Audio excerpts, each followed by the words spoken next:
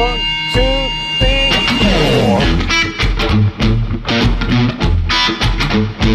Whoa! Hello, everybody. This is Paul Gilbert. Welcome to True Fire. Welcome to Power Tools.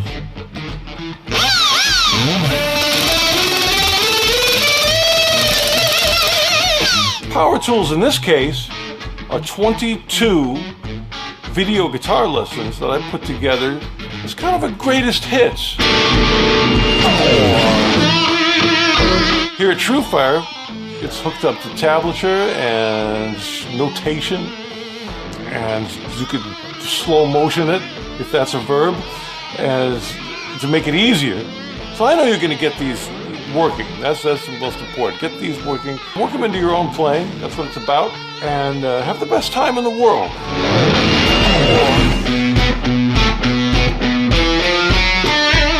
If you want to even continue having the best time in the world, come visit me at Artist Works. I'd like to hear you play. That keeps me going, to be able to hear what everybody sounds like and untangle the tangles and keep the musical inspiration flowing. All right, so we'll see you here, we'll see you there. Rock and roll.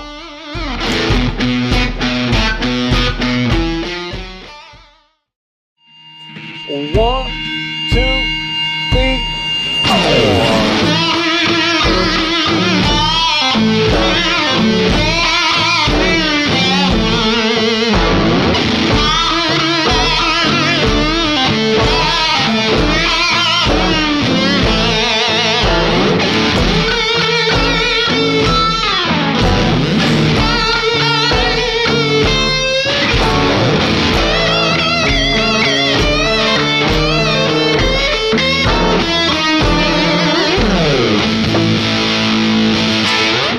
I like that. I hope you do too. Get ready for some bending strings. One of the coolest things you can do on an electric guitar is to bend it and shake it. And we don't want to break it. And what is it? Besides the string, you don't want to break your fingers. And so to prevent that, we need as much strength as possible. How do we do that? We make the giant finger, which is to take your fingers and put them together as a team. So when I'm doing this bend, I'm not just getting one little lonely finger on there and shaking it around. I'm putting 3 together. The third finger is making the note. The note is D. I'm showing it to you like that so you can see it. But as soon as I want to bend it, I put the team of fingers on there, the giant finger, and I bend it up. Now, how do I do that? How do I bend it up? It's wrist driven. So the wrist twists. The fingers are mostly locked into place from what I can tell. And it's the wrist kind of pulling back and twisting that brings that giant finger up and allows you to control it and do with it as you please. All right, so we're doing a shuffle groove. Down, down, down, down, down, down. The next thing we do after that bend and shake is we drop the bend, which is pretty easy to do because you just drop it back to where it was. There it was in D. And then we're immediately from there going to pull it off. Now, pull off, in my experience teaching, you've got to make sure you do a pull off with a lot of strength as well. And again, we're going to get the most strength from the twist of the wrist. So, like that. And so, coming out of our bend, like that. Let's try that. 1, 2, 3. 2, 2, 3. I like that. Oh! All right, now I'm going to take that and I'm going to put another note on. That note is A, our root. I'm kind of squeezing all those in, that drop and that pull off and that A. That's maybe the most important guitar lick that I know on electric guitar, and I'm glad I can share it with you. All right, one subtle little thing that I think is important is of the 2 bends, I'm doing them a little bit differently. The first one I'm trying to do smooth, so that I'm just dropping it real smooth. Oop. And the second one, I'm putting some anger in it.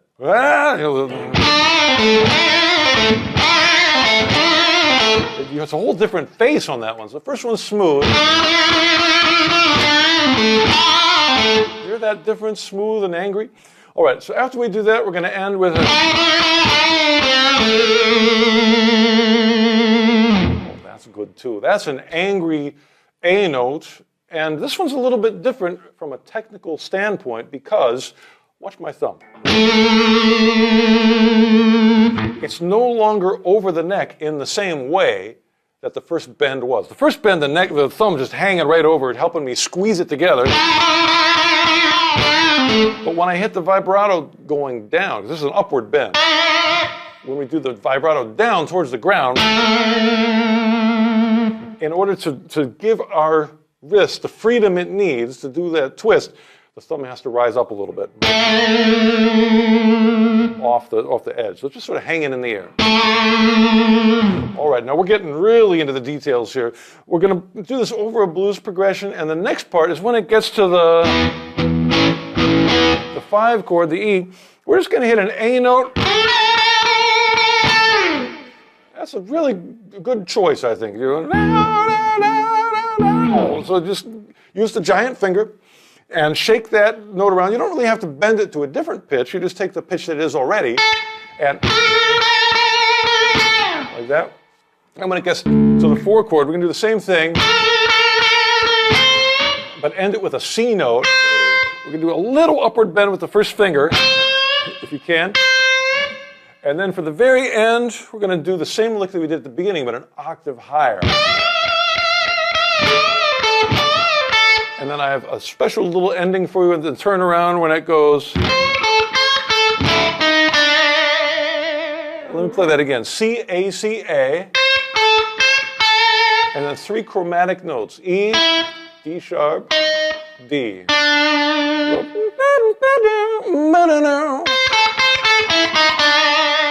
And that's that whole thing for you. So this, you now are armed with the giant finger. Very important. Thumb over the neck for the upward bends. And thumb over the neck, but back a little bit so it's loose for the downward vibrato. All right, one more time. 1, 2, 3, 2, 2, 3.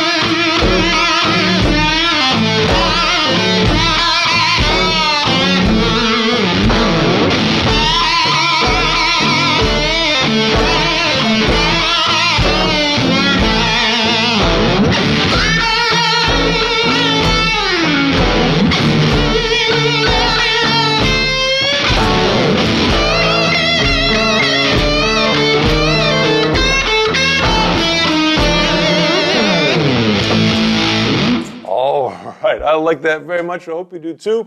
Rock and roll.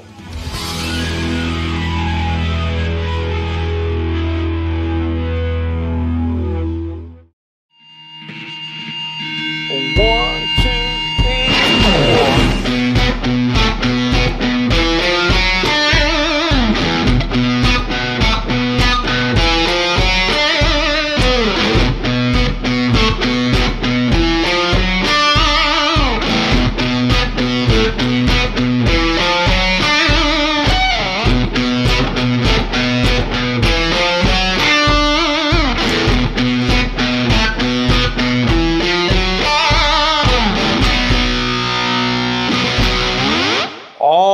I'm going to introduce you now to the thwomp. What is the thwomp? It's a downstroke. Now you may notice there's a difference there. One of those, everything was ringing out. The second one, everything was not ringing out. How did I do that? I did that with the side of my hand. I simultaneously did a downstroke, and I muted everything with the side of my hand. That is the thwomp. And so, you can create a groove without even your left hand being involved very much. I'm getting a little bomb on the bottom, and I'm going to replace that note with a B note with my thumb. This is really good, too, to get your thumb, get in the habit of having your thumb over the top of the neck. A good way to do that is to make it, give it a job. Let's employ that thumb playing a B note. So now we got like that. Now we're going to add some melody notes on top. The first melody note is going to be an octave B, like that. Again, look how far my hand's coming off the guitar. I'm doing some left hand muting as well, where the finger that's playing the note is also lightly resting on those top strings, and the tip of that finger is muting the adjacent string. Really, the only string left is the one that's getting the note. All downstrokes. Down, down, down, down, down. Then we're going to alternate. We've got more of the melody than this, so we're going to go from the B to that A note.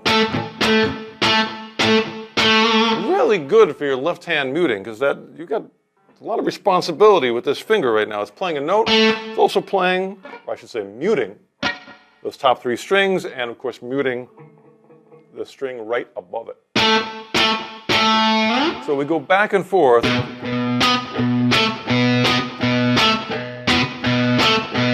Just creating a groove already. Now let's speed this up a little bit and do a foot stomp. 1, 2, 3, and 4.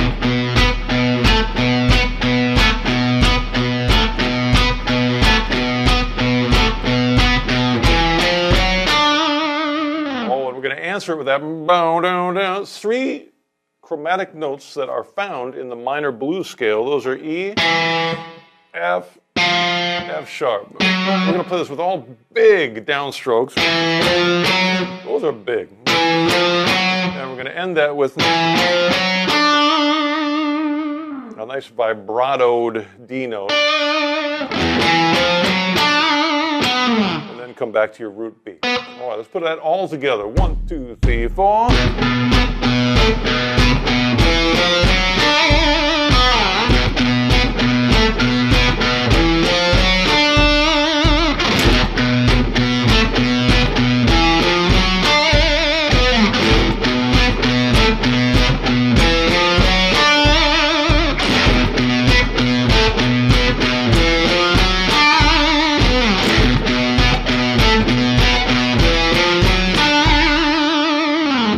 That feels good. So that is the thwump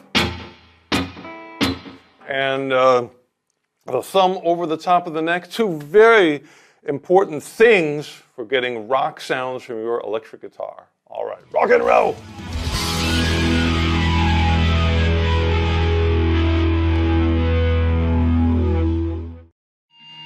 One, two, 1, 2, 3, 4.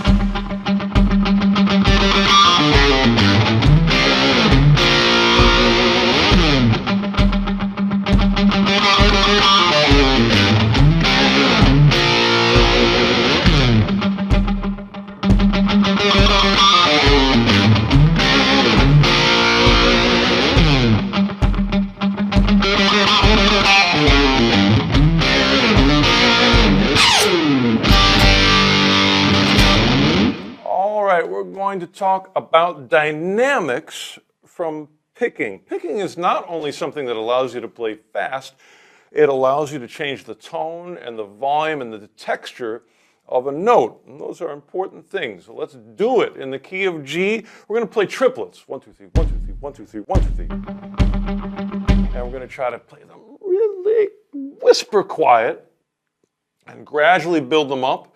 You can also make variations with, getting little pick harmonics and that sort of thing. But the thing I'm going to show you, the technique, is a motion from your shoulder. Believe it or not. There's a lot of ways of moving the pick. You can use your thumb to do that little thing. You can use your wrist. You can use your elbow. I'm going to recommend working in with the rest of those. See how my shoulder's moving there? You can test it out by doing a little sugar with the side of your hand. This is just to make sure you got the motion right. Just rub it on the strings, and if you're doing that, you're feeling what to do. Now it's really small, so you barely have to do it at all. That's the idea, and that helps you to really get an extra little way of moving the pick. All right, so let's listen to what this sounds like again.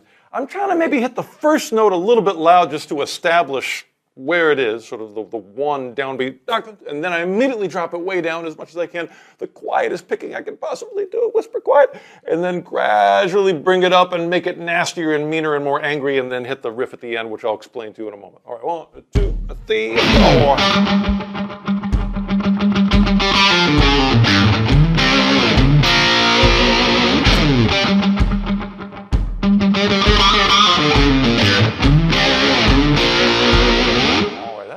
Isn't it? So the first thing with the downs are all alternate picking, down, up, down, up, down, up. After we're going to descend with a G minor blues scale, standard fingering that everybody uses. 2 notes on a string, G, F, then D, C sharp, C, and then B flat, G.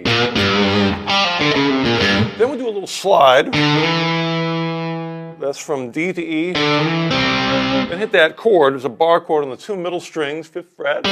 Those are the notes. And do the same thing 2 frets lower. If you can manage some wrist twisting vibrato on those chords, that gives it some style. All right, 1, 2, 3, 4.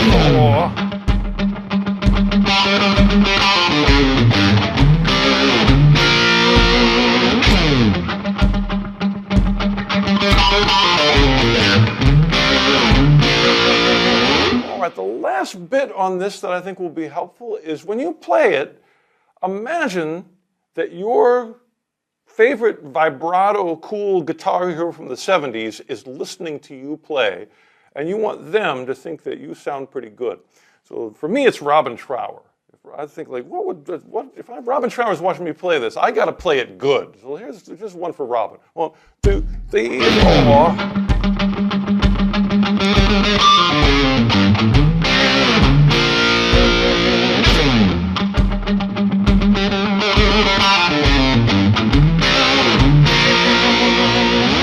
One more. Here's one for Gary Moore. 1, 2, 3, 4.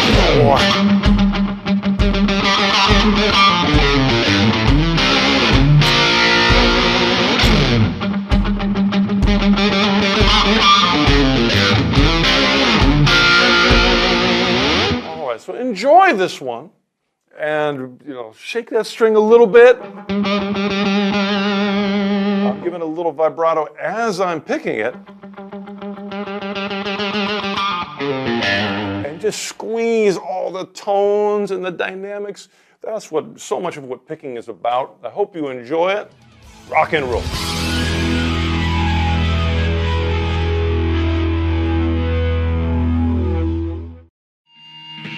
1, 2, 3, 4.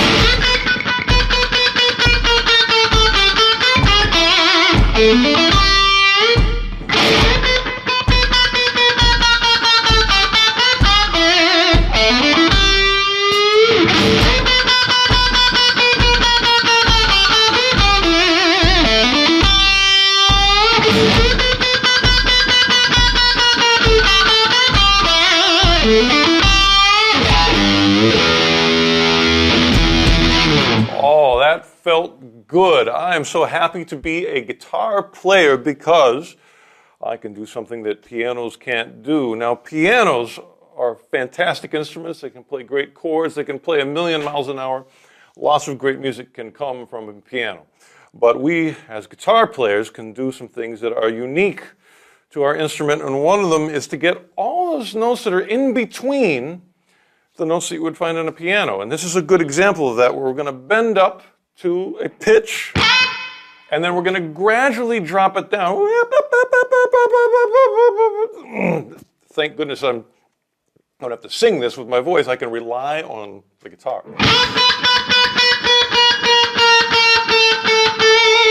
Gradually come down. I believe these are 8th notes. Or 16, some division of 4. 1, 2, 3, 4, 1, 2, 3, 4, 1, 2, 3, 4, 1, 2, 3, 4, pow. So let's figure out what this note is. We're going to take the giant finger, 3 fingers put together, put them on the A note. We're not really going to hear the A note at the beginning because we're going to push it right up to a B. And as soon as we get up there, we'll start doing, I'm going to recommend doing all upstrokes. Now, why would I do all upstrokes? I think the reason is, take a look at what happens when I bend this string up. It creates space that wasn't there before between the top two strings. There's a certain amount of space there. When I bend it up, there's more space. So suddenly I've got a lot more room for my upstroke in that space. Whereas if I did the downstroke, I lose some room. So I'm just taking advantage of where there's some more room to work. Then to end the phrase, I go, ba ba ba ba ba. Let's see. So I just go A, G, A, then bend it back up. Or do I? I do. And then I'll go G, E. So let me do that much. 1, 2, 3, 4. It's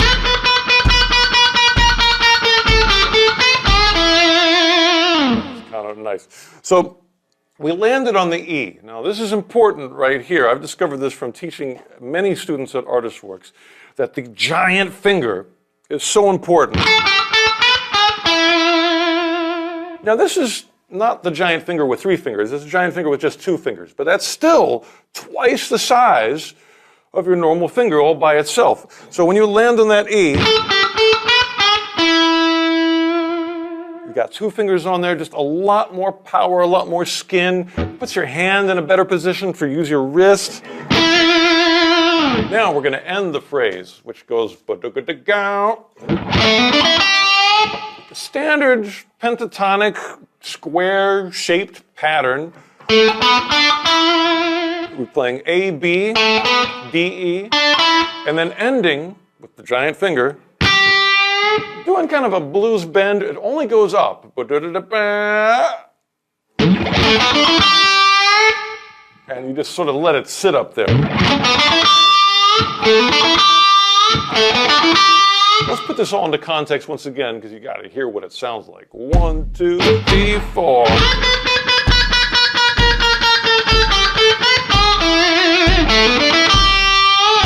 Now, the rhythm of this, the beginning is a division of 4. 1, 2, 3, 4, 1, 2, 3, 4, 1, 2, 3, 4, 1, 2, 3, 4, ba, ba, da, ga, da, ga, ba. The end is triplets.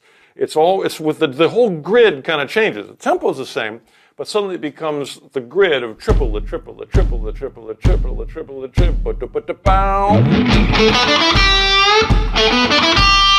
So you got to be aware of that time change. Let's hear it one more time, because the best way to do it is to listen. 1, 2, 3, 4.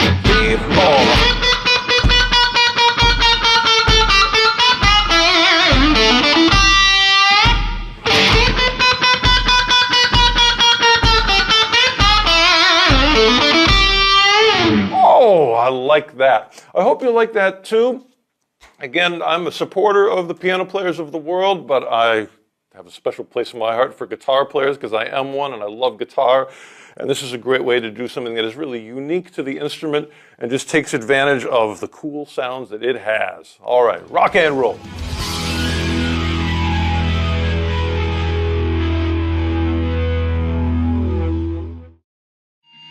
A 1, 2, 3, 4.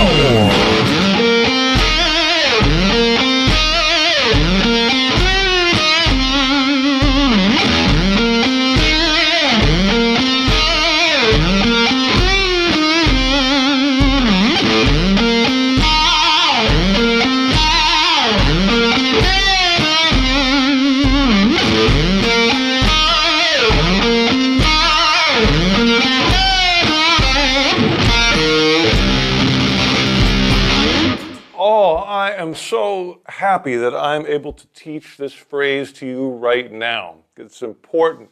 Why is it important? Because our thumb is going to do some hard work on this, but it's important, hard work. Let's take a look. It's in the key of C, and it's a shuffle, slow shuffle. Boom, boom, bop, boom, boom, boom, down. All right, now let's take a look at well, first I'll just show you the notes. The first note, we're going to slide in, to be stylish, to a G note. This is straight up the minor pentatonic scale. You probably know this already. G, then, let's see, we're in the key of C. That must be a B flat and a C. So, and then we're going to land on the all-important E flat. That's the third of the scale. Third's a very good note. All right, so that's we're just going to loop that. And at the end, do that little thing which we'll get to. Let's work on this first part first. The slide, I'm doing all downstrokes, and slow enough you can almost do anything. But now it's time to look at the thumb. All right, at the beginning I've got the thumb over the neck. What's it doing there? It's muting. It's helping me get control of that low E string. The low E string is loud and resonant and a wonderful thing to have, but in this case, we don't want to hear it. So how are we going to stop it from ringing? The thumb is right there and it keeps it from ringing. All right, so it continues to help me mute that low E string as I bang away angrily at the next two notes. So I can just really hit everything, and the thumb helps keep it clean. All right, now the big spectacular note at the end, the payoff. Here's the tricky part. Get ready. Are you ready? When I attack it, where's my thumb? It's on top. And why is it there? Again, I'm trying to keep those other strings from ringing out, especially the low E, so it's there, it's on top. That lets me hit it hard, which is important when you want to be angry with your notes. But it's not going to stay there because I want to shake that string around. And I'm doing a particular kind of shake. I'm shaking down towards the ground. Now you may have noticed right there, my thumb did not stay on top. Sometimes it does. If I do an upward bend, for upward bends, okay to have it over the top. But in order to free up your wrist for downward bending and vibrato, it's a different story. And that story is that it hangs in the air, kind of like the hang loose. You know, if you put your hand in that hang loose kind of Hawaiian hand signal, that's a similar thing. And maybe it's still kind of above the neck, but it's back a bit, and it just gives your wrist the flexibility to do that wrist twist and get the vibrato. All right, so that's the thing, is you need to attack it with the thumb over, then you lift it over, and then you can shake it. So with that in mind, now that you know the secret, watch me do this so you can see how it's done. 1, 2, 3, 4.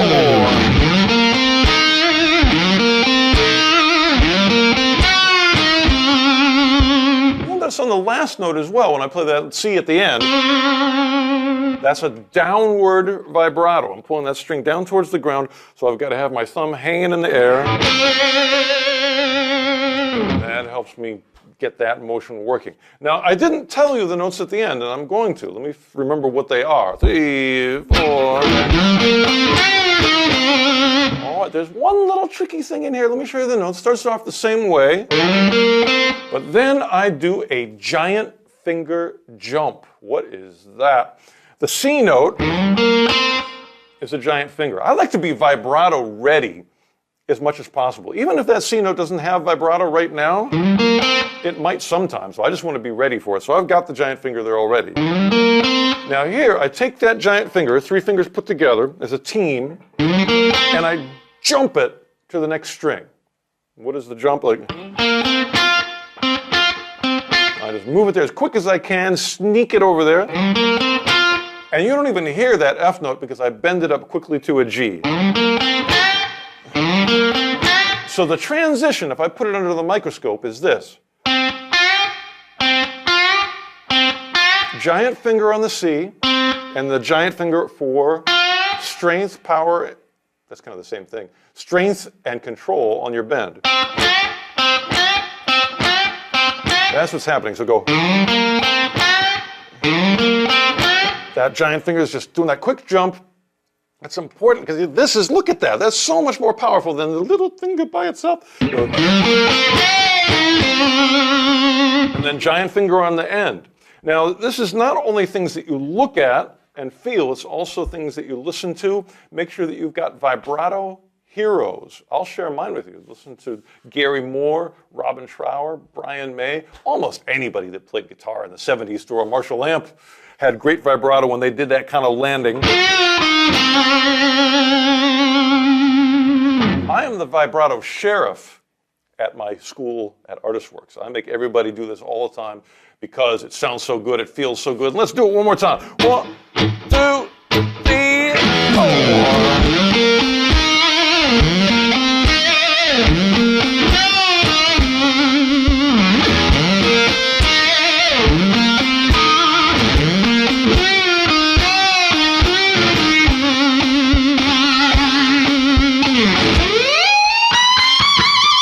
Whoa, rock and roll.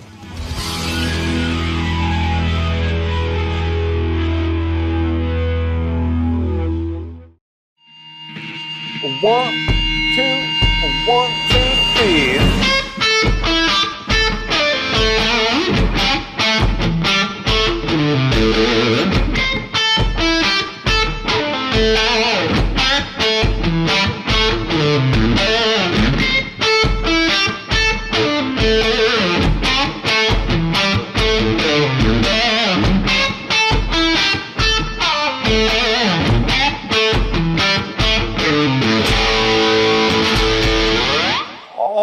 I'm happy to be showing this riff to you because it is important. And why is it important? Because it has a really strong, specific, syncopated rhythm. And what does that mean? It means that if I clapped it out in relation to my stomp, 1 and 2 and 3 and 4,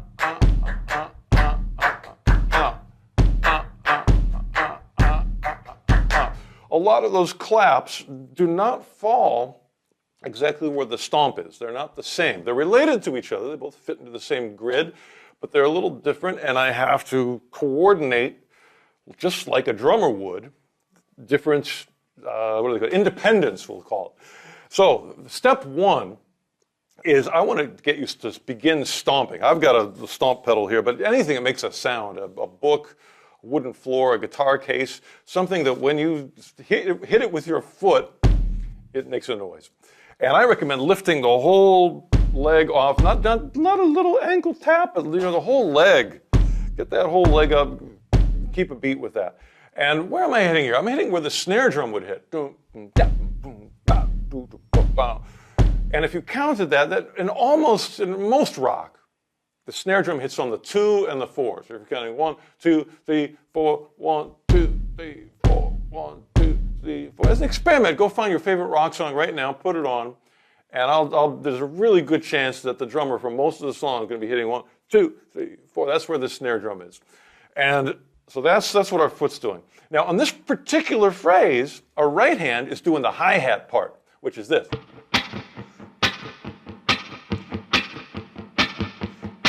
And that's what a drummer does. When a drummer plays the rock groove, they're keeping those eighth notes going on the hi-hat and usually accenting it too. It's not all the same. It's not like da da da da da da da. It's more da da da da. So we do the same thing. And then inside of that rhythmic grid that I'm creating, 1, 2, 3, 4. I'm ready to add some notes.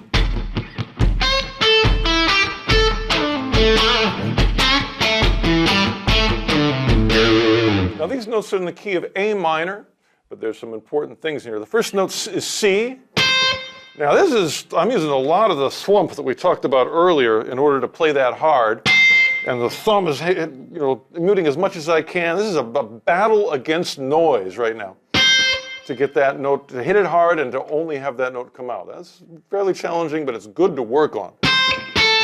Then the A note, so C, A. Then we've got E, G, A. There it is. Now, notice right now I'm not playing it in time, and boy, does it not make sense when I don't play it in time. So let's stomp it. 1 and 2 and 3 and 4. Just do that much.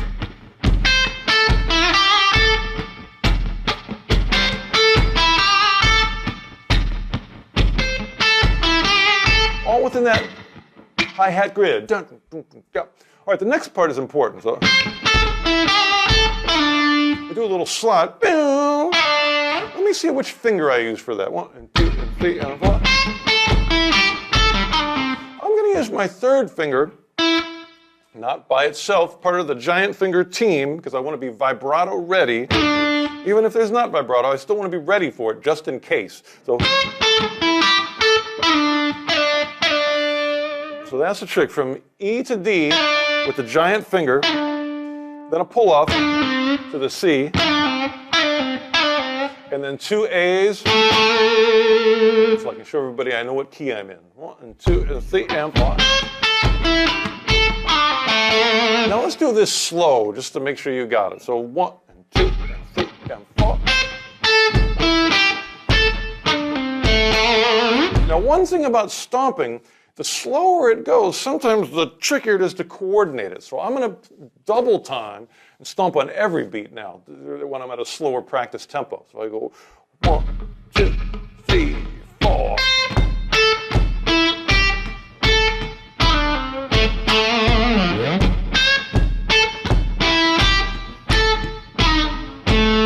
I'll get it, don't worry.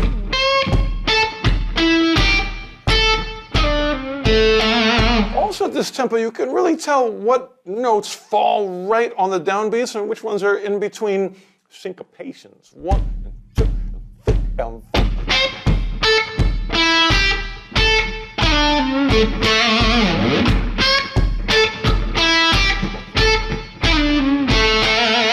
Now the nice thing about the next part is that you already know it because it's the same, just an octave lower. Now, as guitar players, our job is to deal with the fact that the tuning of a guitar is not consistent. We have to refinger it slightly to get the same notes an octave lower. It's not bad, but here it is. So we go, or I'm sorry, C, 1, 2, and 3, octave lower.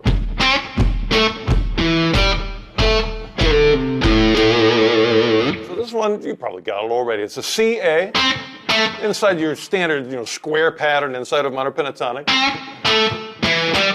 The same E, G, A, then the same third finger slide, or giant finger I should say, to the pull off on the C, and then 2. I'm making this face because this vibrato does that to me.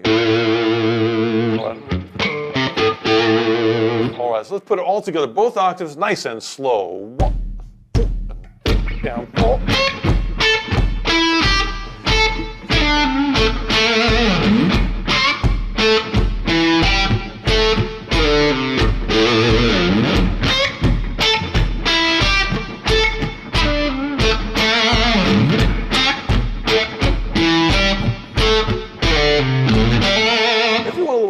You could always end it up an octave, a little hammer on, be stylish. All right, so let's put it up to our beginning tempo that we did at the beginning of the video. 1, 2, and 3, and I'm going to half-time stomp it now on the 2 and the 4. 1, 2, and 3, and 4.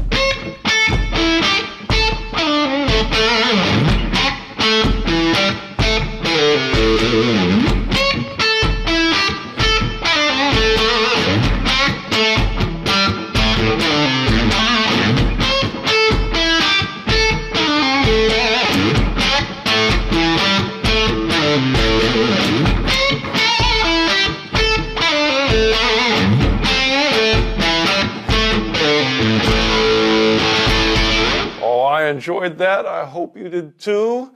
Bend those strings. Well, this is more sliding than bending, but you know what to do. Rock and roll. 1,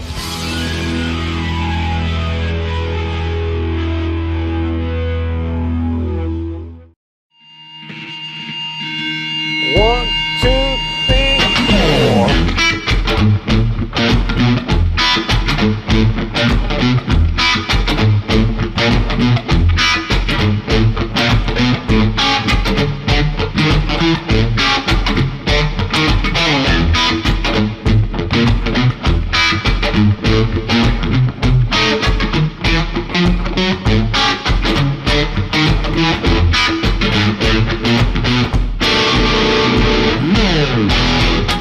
All right, everybody, get ready for the Dum Pa Chika, also known as Kung Pao chicken, one of my favorite Chinese things to eat.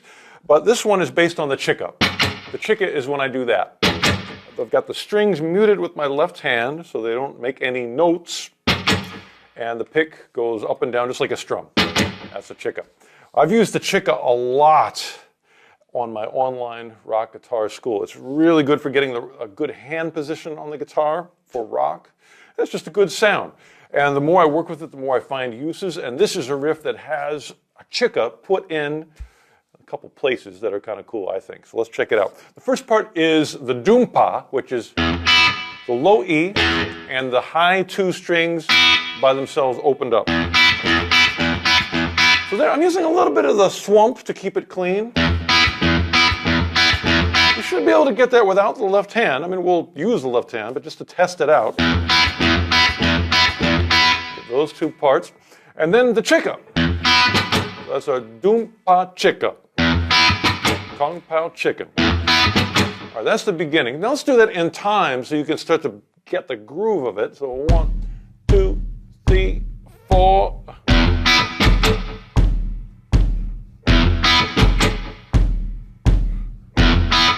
Oh, I bet that's feeling pretty good already.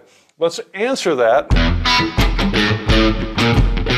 with this chromatic line that begins on the major 3rd, G sharp, do, a dear, 1, 2, 3, that's how you know it's the major 3rd. And we're going to go up chromatically, G sharp, A sharp, B, and there's one little chick in the middle.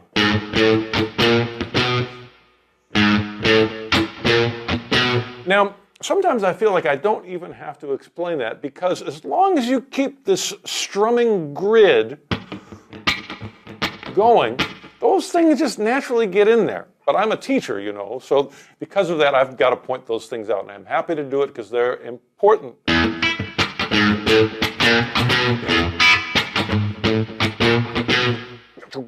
It's got all these little percussive things. They're playing drums and guitar at the same time. 3, 4.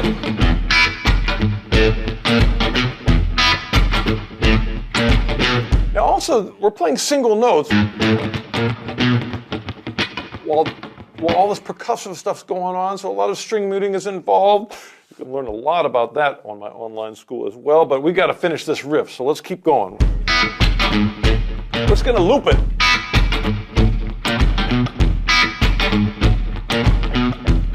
Now, from here, I'm going to put it in a blues progression. This is going to be easy, because really you already know it, but we're going to put an A. My little chord on top is slightly different. I'm going to play an A7, the 2 notes that matter most, which is the 3rd and the 7th in relation to A. So, do, a dear is your 3rd C sharp, and your 7th, minor 7th. That's what makes a dominant chord sound like a dominant chord. It's the major 3rd and the minor 7th. That combination, it's the devil's interval, by the way, but the way it relates to the A is the blues. Same little chromatic line, but in A now, so we start on C sharp.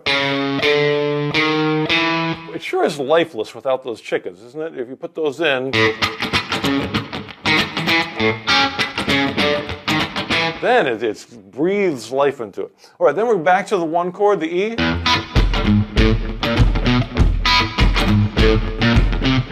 Now, to get to the 5 chord, the B, I'm going to use my thumb and approach it from above, the quick C, down to B. And then I'm doing my thumb dominant chord. So it's B, A, D sharp.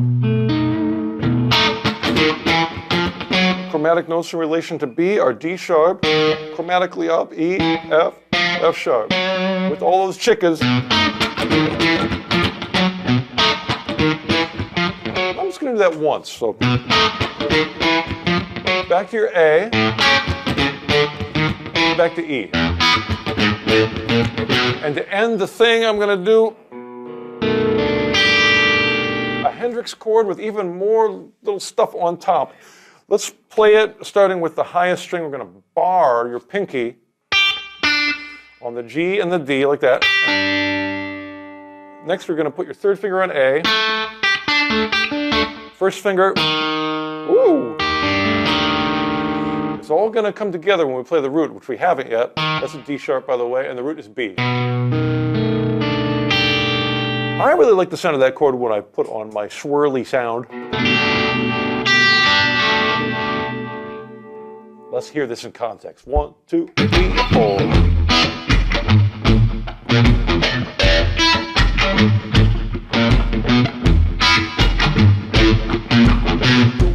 Chica.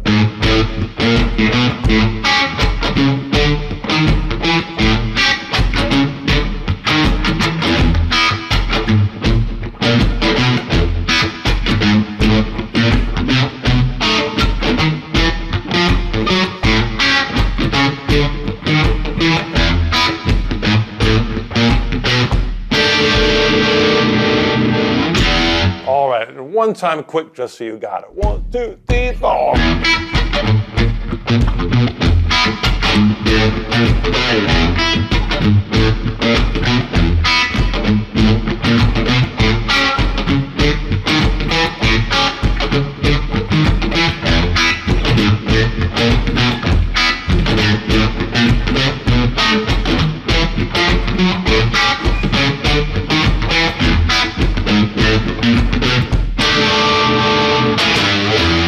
Thank you very much. Rock and roll! 1,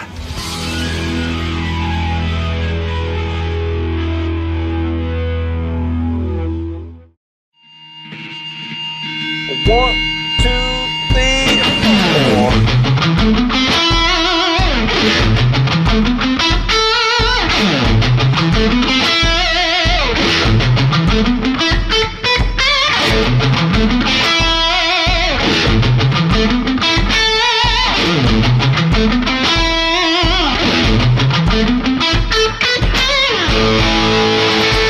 Woo! All right, we're going to talk about giant finger endings, and the important thing here is to be vibrato ready. I'm going to pronounce vibrato with a hard T. Vibrato. I'm going to be vibrato ready, and the way we do that is to end on the giant finger in its various forms. So let's do it inside this riff. We're playing in the key of A minor, and the first note is A. Then we're going to move your hand immediately up to 7th position to play B and C. You got to do that shift up to 7th position. The next two notes are E and A, still in 7th position. And then we're going to play B and C. That A, B, and C is all in the same string. Now, let's take a look at what fingers. I'm going to recommend sliding your third finger because we're starting to form the giant finger right here. When I get to that C, I've already got the team of fingers together to give me lots of skin. A good hand position happens when you do that. You're just getting vibrato ready. And the first note that we give vibrato to is that E note right there. Now that happens to fall in a place where we only get to use 2 fingers as our giant finger. It's giant enough. That still works. There's the first one again. The wrist is what's driving this. It's not your finger joints moving like that. It's really the shake from the wrist. That's our first ending. What's our second ending? Let's find out. All right, that one is an A note. I'm showing it to you with my third finger because I want you to see where it is. That's not how I'm going to play it, though. I'm going to play it with the giant finger, 3 together. Now, how did I get there? Transitions are important. It was 2 giant fingers. I did this one first, and then this one for the A. You may be thinking, like, this is kind of complicated, but it's important. This is a really important habit to develop, which is why we're working on it right now.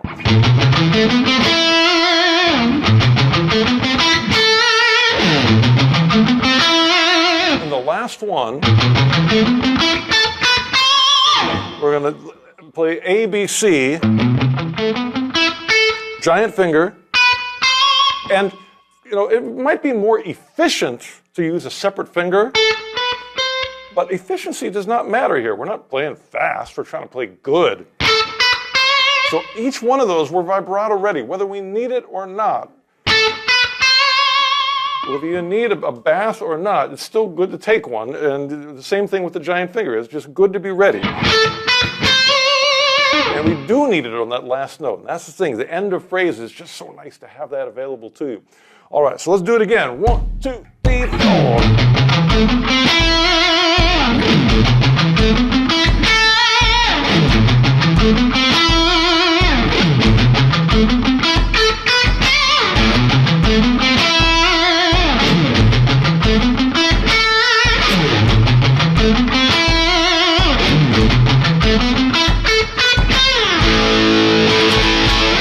I like that. I hope that you do too.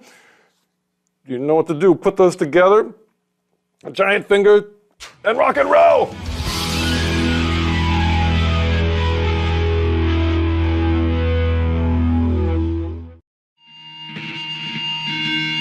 One, two, three, four.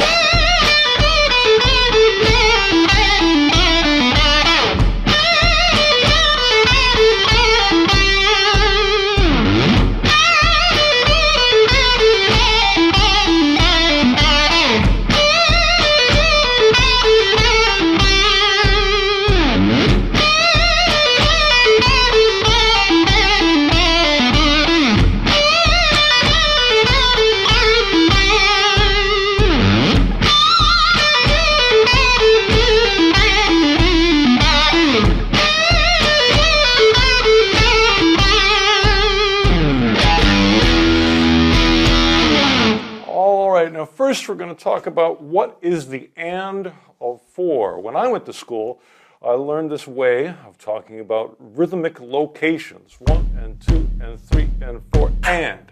That's the and of 4, and that's where the first note of this very important phrase happens. 1 and 2 and 3 and 4 and.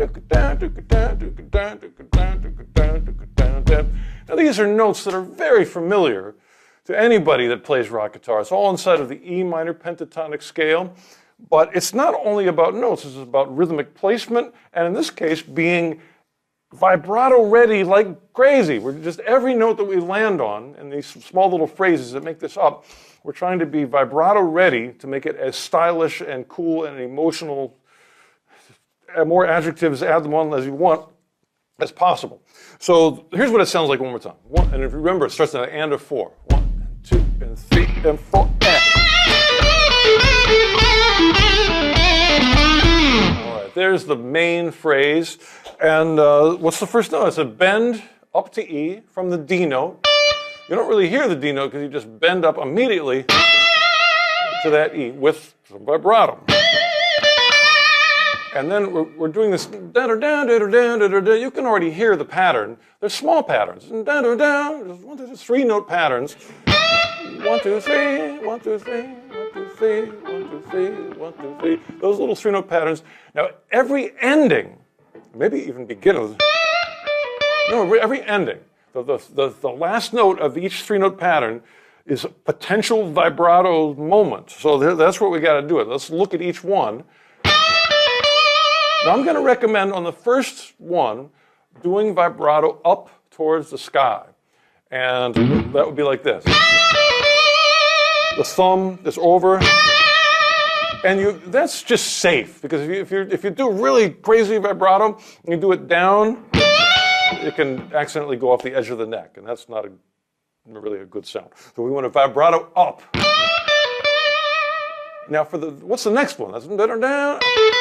There's your next one, which should be B-A-B. I'm also, just to be safe, I'm going to vibrato that up. Now, this is one of these rare moments where I can't use the giant finger just because of the way it lays out in the scale. So that takes some, you've got to work on that to get your callus on your first finger. And again, still the wrist driving it away. So these are both up, up, up. And the next one, now we're in the G string. Now the G string, we're much more flexible about which direction to push it, because it's in the middle of the neck. And the danger is a lot less. Chances of us pulling it off the edge, very slim. So really it's up to you. I'm going to recommend pulling that one down, which is different than before. This is the first one that we've pulled down. for vibrato. So that's up, up, or up. That one's down, downward vibrato. And pretty much from here on out, we're doing down. So we've got G, E, G, and then that's an easy one, E, D, E. But just, I want to get in your ears that every one of those three-note phrases has vibrato. And then the end, you get to end it with maybe a slide or something stylish like that. Maybe. Anyway, let's see what happens. I'll do it a little slower too. 1, 2, 3, and 4.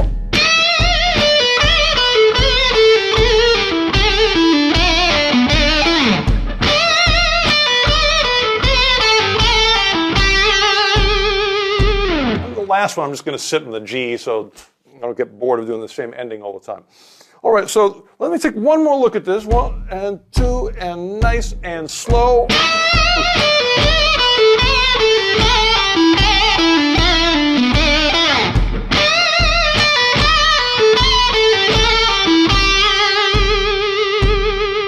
Oh, that's so good and so important. Well, that's the thing. It's getting in a habit, and this is a great workout for going between your giant finger and just your first finger by itself, because it just happens to land that way, and you got to do your best to still get strong vibrato. Then the giant finger, then one finger by itself, and then giant finger, one finger by itself. That's just the way it falls. So whenever possible, we use the giant finger. Sometimes we land on the first finger, and then you just gotta work it and make sure you got enough skin on there. How do you get enough skin on there? You play guitar all the time. That's not a bad assignment. All right, so enjoy this one. Be vibrato ready, and we'll go from there. Rock and roll!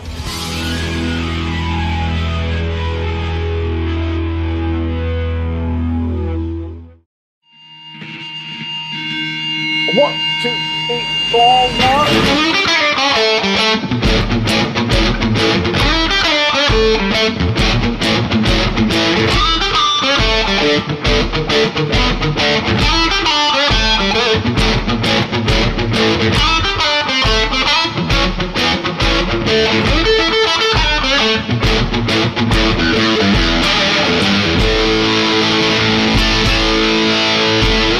All right, I want to talk about different hand positions and getting from one to the other quickly to make a riff work. And this is in two parts. I'm going to play it again. I want you to watch my left hand and how it moves from the thumb over the neck to the thumb behind the neck, back and forth. Okay, so now you know what to look at. Here we go. 1, 2, 3, 4, 1.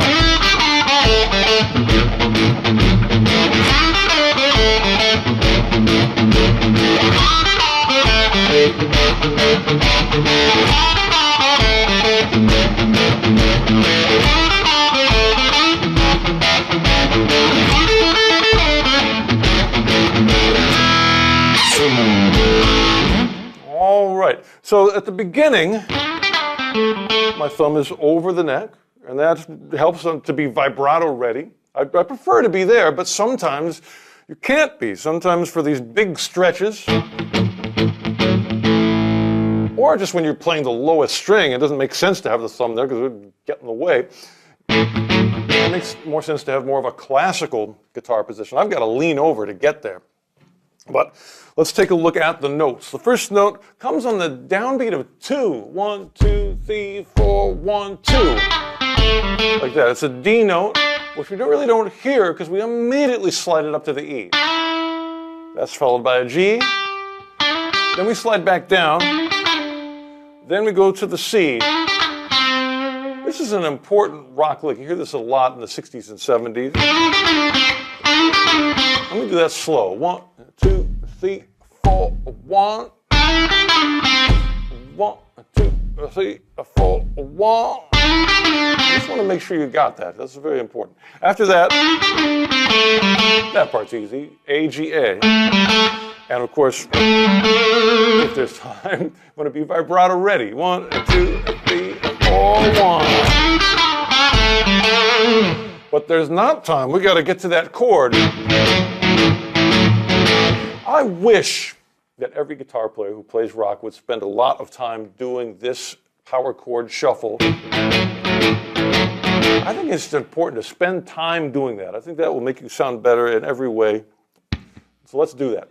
It's based on an A power chord. A note on the bottom, E note on top, and your pinky reaches out for that melody, but up to the F sharp. And just creating that groove, that shuffle groove. Now, my thumb's over again by a habit, but I've got to get it behind the neck to make that work. Okay, now let's look at the transition. That's pretty quick. So how did I get there that fast? Like that. It's on the upstroke. But let's slow that way down. Really make sure that the transition just works and we're not getting tangled up in anything on the way. So 1, 2, 3, 4, 1. And then back.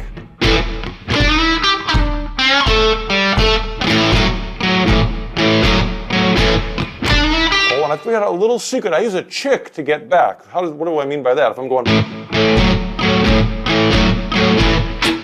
an up chick, and that gives me just enough time to get my hand back in position. So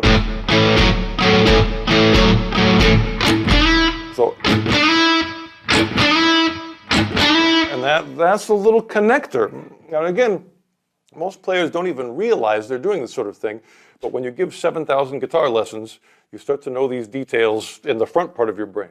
All right, 1 and 2, 3, 4, 1.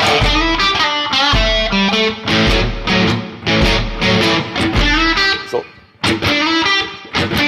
that's the whole secret to this. Those little transitions, you got to make sure those are clean and stylish. Now, I took this whole thing through a blues progression, so we ended up having different landing notes. Went to D. You can figure out where that is. It's the same as A, same frets. You just go to the next set of strings. Back to the A. To get to the E, I slid up to that high E, and then that leaves me to...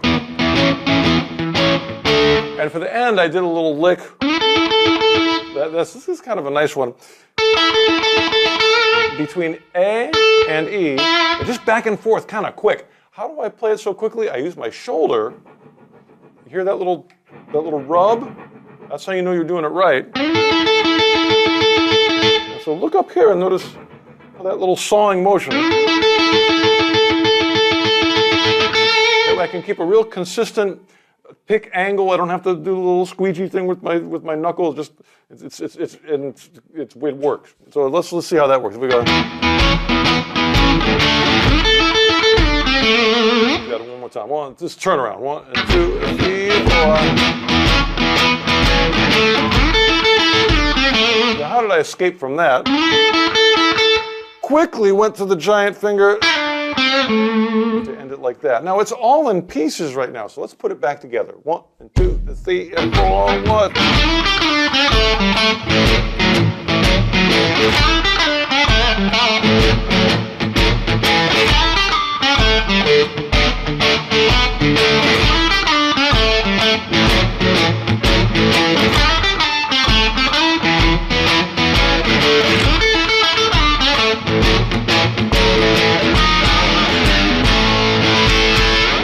I hope you enjoy that. Really important to get those transitions together, and when you got them, you got them. Rock and roll!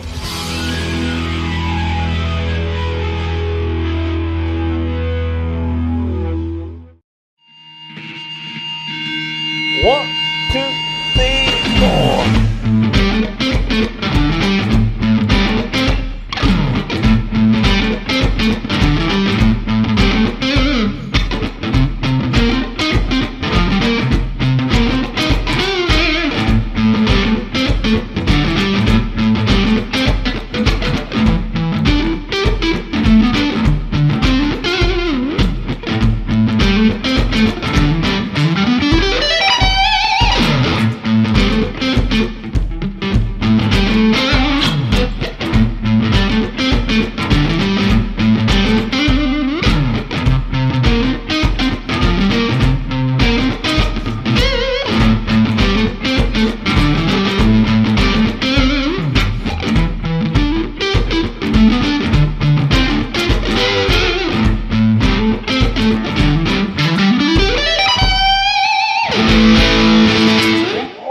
this is some really enjoyable chickas.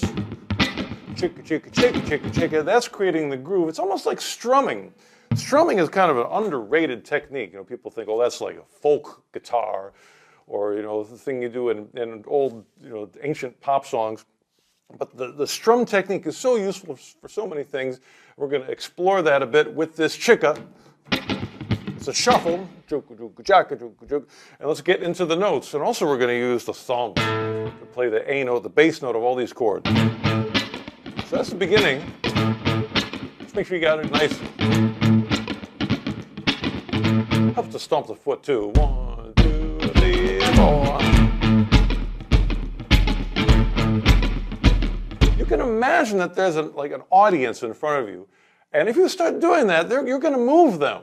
You know, they're already going like, oh, this is right on. There's something going on here. All right, so what's after this? What is going on? So after that, I'm going to give you the plain notes. And just keep in mind that in between all these notes, they're all glued together with those little chicka noises. So the main notes are A, then you've got the G, A, and the C,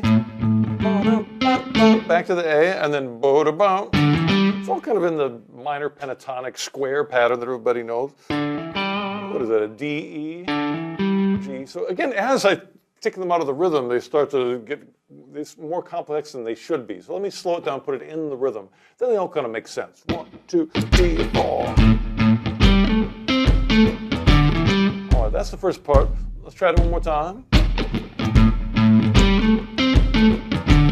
I bet you already know what comes next. That just sort of repeats itself, but the ending is slightly different. Let's practice that one more time, nice and slow. 1, 2, 3, 4.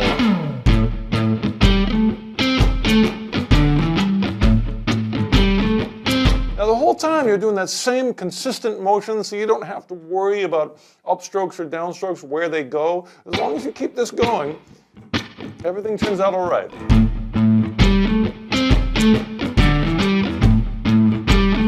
That's your first part. Now we're going to repeat that, and we'll just take this through a few different chords. We take it up to C.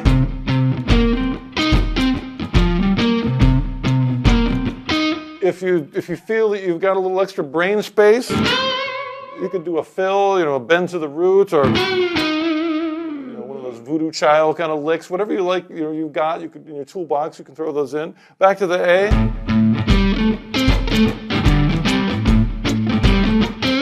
Then we're going to go up to E. Same lick. Back down to D.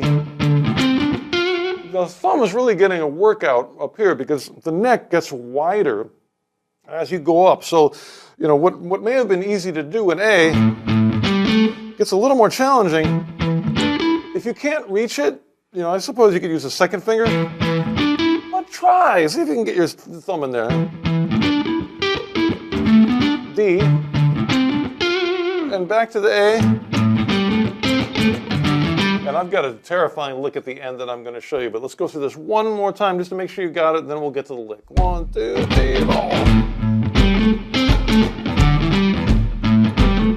Chicka, chicka, chicka.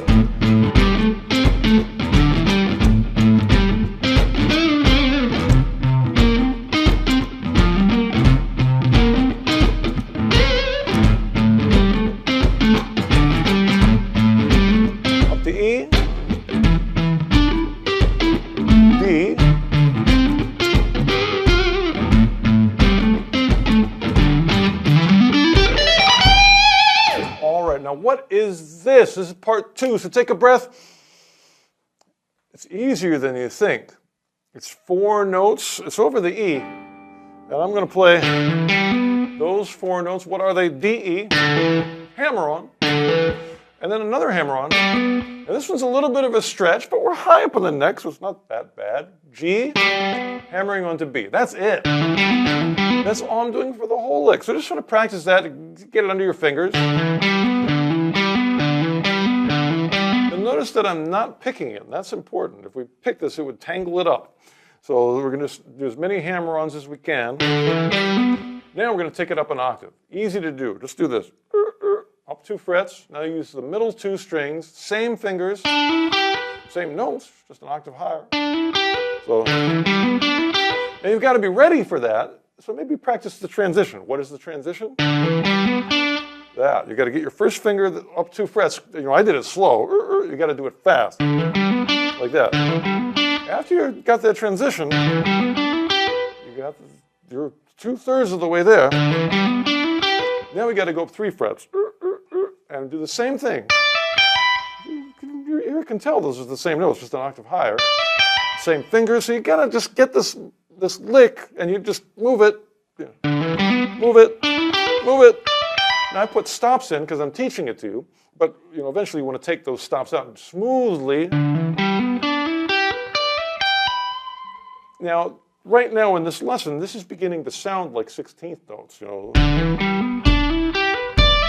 And I'm actually going to end it with a bend by rolling my pinky to the F sharp, forming the giant finger, bending it up a half step and doing some vibratos.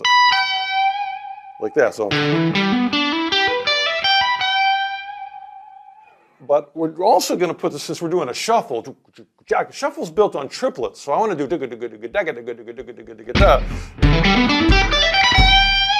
that. So I'm actually playing, even though this is sort of, it's 4 notes, but you can still put it into the grid of a triplet. So if I slowed that down, 1, 2, 3, 4, 2,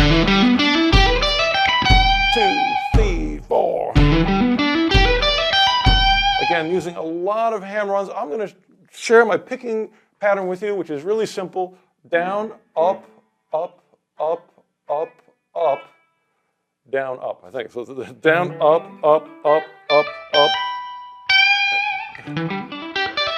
Yeah, the last 3 notes I pick everything. So down, up, up, up, up, up, down, up. That's it. So 1, 2, 3, 4. Now when you have this many hammer-ons, it's nice to have a little more distortion to rely on. So I'm going to hit a box. 1, 2, 3, 4.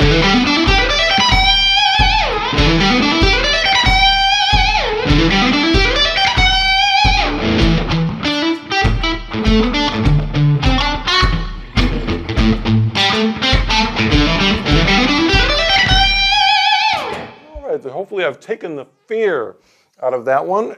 Give that a try, make it swing, and you know what to do. Rock and roll!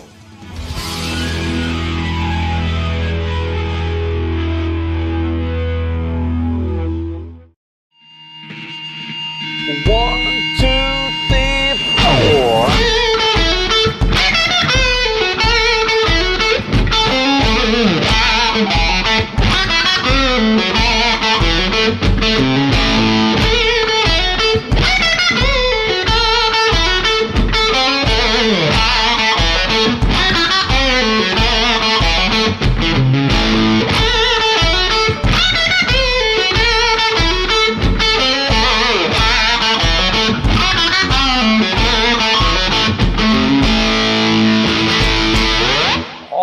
This phrase is a problem solver.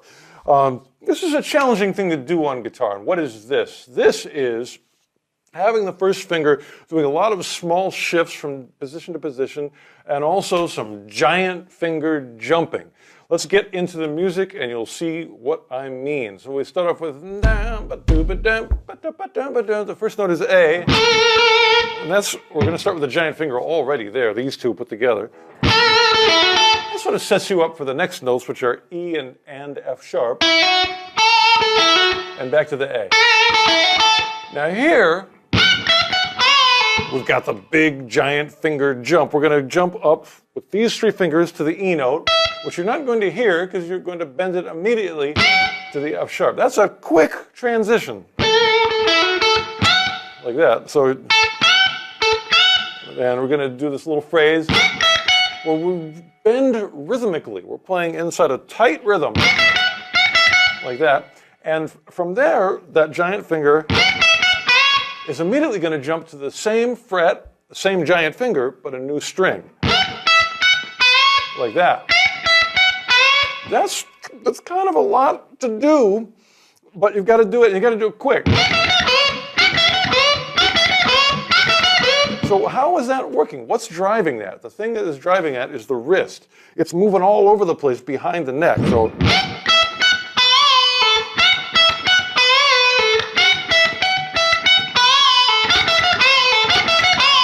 So the fingers, you're not doing lots of movement with the joint, and this isn't happening. You're sort of locking it into place. That giant finger is just getting ready to be punished by all the string bending.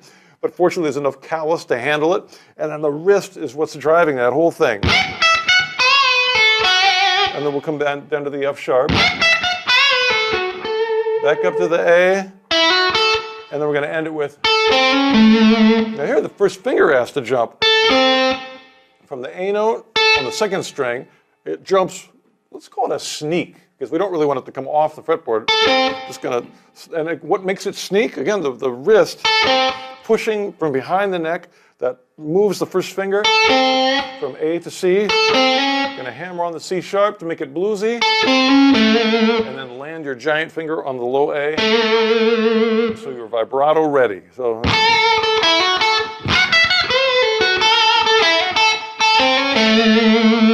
All right, it might be a little easier an octave lower. We're going to play it there just to get used to it. Some things are easier. The first part, because it's all in kind of a square pattern. Down to the second fret. Now here's the tricky part. This is so important. You got to try this. Because you're on the 5th fret with a giant finger, and you're going to really quickly go down a fret. And bend. You got to work. And I don't mind working. I think it's fun to work. So especially when it's a good sound like this. Your wrist is moving around. You got to jump that position. This is a lot of action going on. That's a lot going on. It's none of this sausage finger stuff. It's all just locked into place, and the wrist is doing the work. The wrist is powerful. This is much bigger muscles and bones than the little thingies in here. So, anyway, that's the sound. So let's play music again. 1, 2, 3, 4.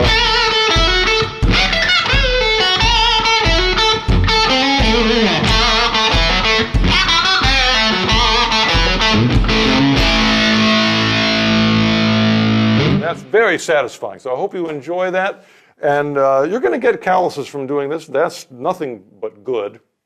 So enjoy the giant finger jump and rock and roll.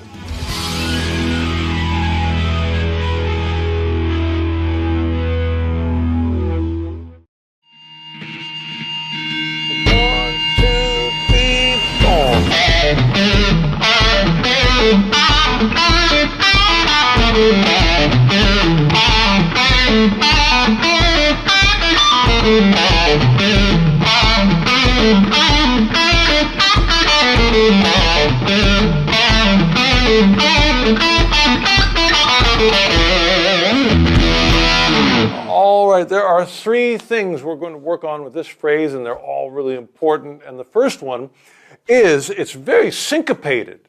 The rhythm, the emphasized notes, 1 and 2 and 3.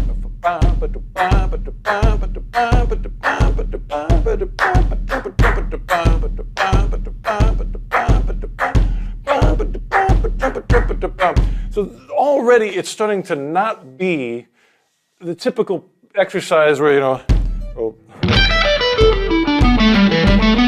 where everything is kind of, right on the downbeats. This is playing against the downbeats with a syncopated beat. So 1 and 2 and 3 and 4.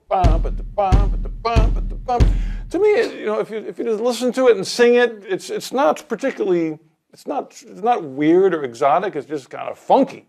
But anyway, it's inside an E minor pentatonic scale, a little blues thing at the end. Let me show you the notes. There's sort of 3 note sections. So we're starting with E, D, B. And then we just always start 1 step higher within E minor pentatonic. So let's see. Next one would be that's G, E, D. And then it's nice because it starts out in that square pattern. That'd be A, G, E. Now here's where the square ends, and here's our second challenge, is that pentatonic in this position of E minor, it's all nice and square until we get to the G string. Then we got kind of a rectangle, a little bigger stretch between B and D, and then you've got that same thing but up a fret. So that's it sort of tangles it up if you're not ready for it. But but we're going to practice it so we are ready for it. So we go 1, 2, 3, 1, 2, 3, 1, 2, 3. Now that's the first weird one in terms of having to be ready for it. Your first finger has to go down a fret to the B, and then you've got, what finger should you use? Should you go back to where you were? I don't know yet. Let's figure it out. I'll let you sort it out. There's not one right way. Whatever fingers feel the most comfortable, but you got to be ready for it. And then there's the next one, a bigger stretch, D, B, pull off, and then the A. And then we're up to, there's another kind of a big stretch, E, B, B. And then we get to the top, G. Here we're going to go straight down the blues scale, which is 2 notes on a string, G, E. There's that thing I was telling you about where you got to shift down a fret. Then 3 notes on a string. First time we use the devil's note. That's the tritone. In this case, the B flat, A, G, 3 notes on a string, and then we're home with E. So, all right, now we've torn it apart. Let's put it back together. 1 and 2 and 3 and 4.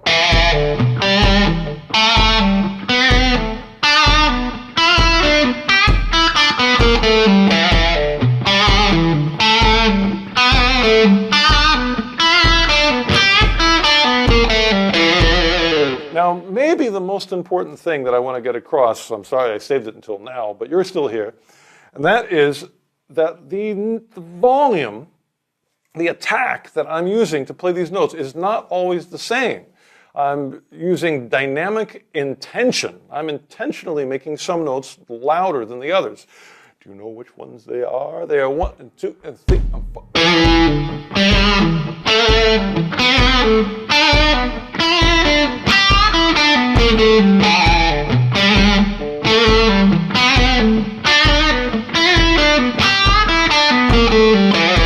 So I think you've sussed it out. The first note of every 3-note phrase, and the other 2 notes are much quieter. Now this is the sort of thing that you do not get when you practice scales up and down, because scales up and down, everything tends to be the same volume, same length, maybe everything's on the downbeat. So this really wakes up your technique. It's just, you have to deal with this controlling the volume. Now, how do we do it? Of course, we can pick it harder, but we also, how do we make the ones quiet? One way is a pull off, and also maybe muting a little bit with this hand. And then when I hit that 3rd note, I just hit it real light.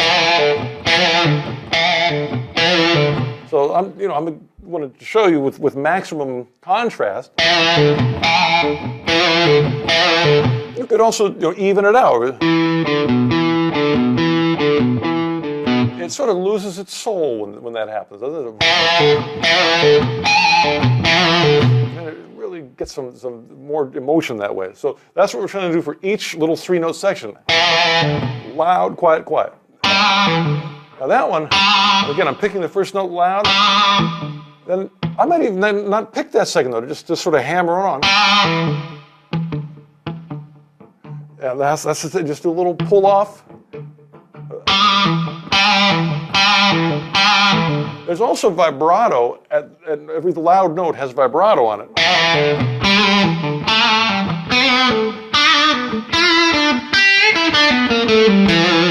So those are the elements. Syncopated accents, loud first note, quiet ones after that, in sort of a position where you have to shift your first finger when you get to the end of it. That's a lot to juggle, but hopefully I've broken it down to the right level of detail so you can get it.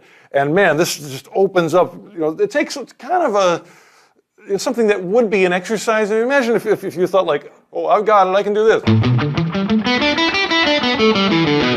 That's not going to give you the kind of emotion that you get when you go 1 and 2 and 3 and 4.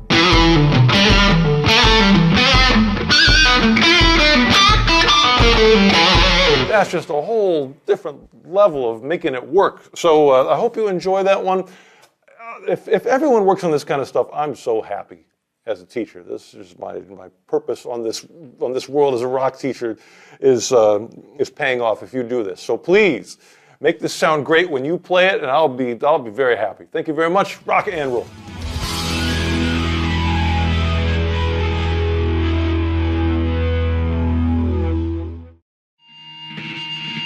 1, 2, 3,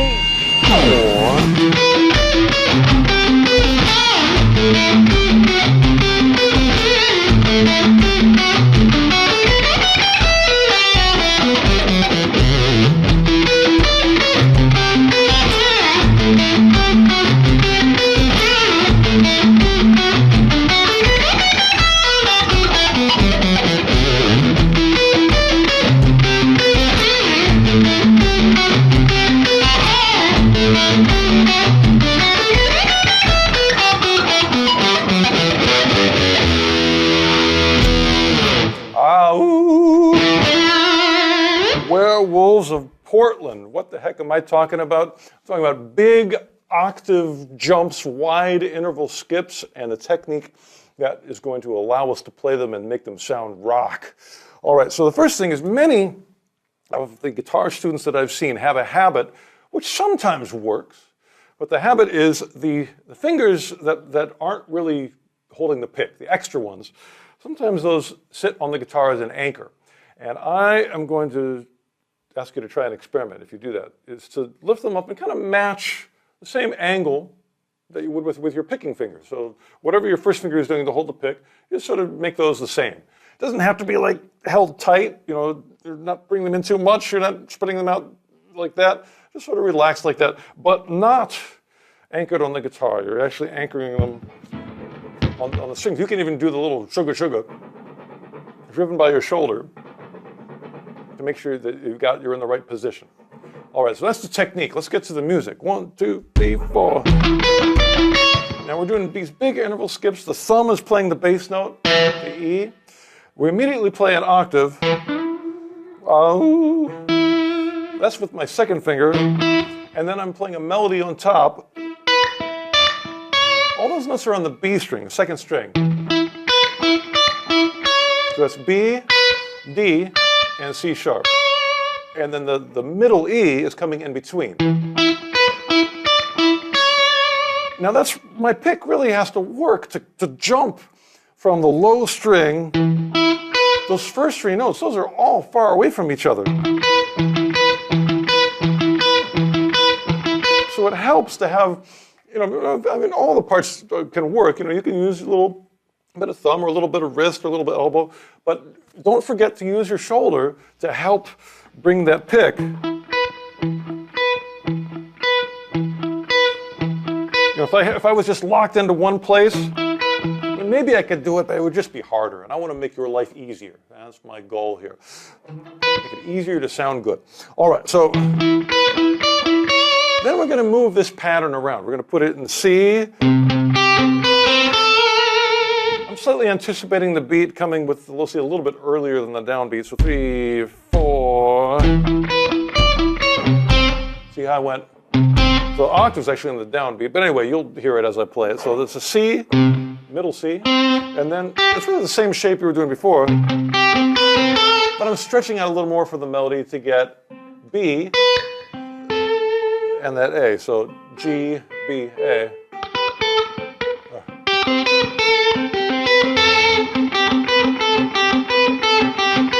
The shoulder can drive that.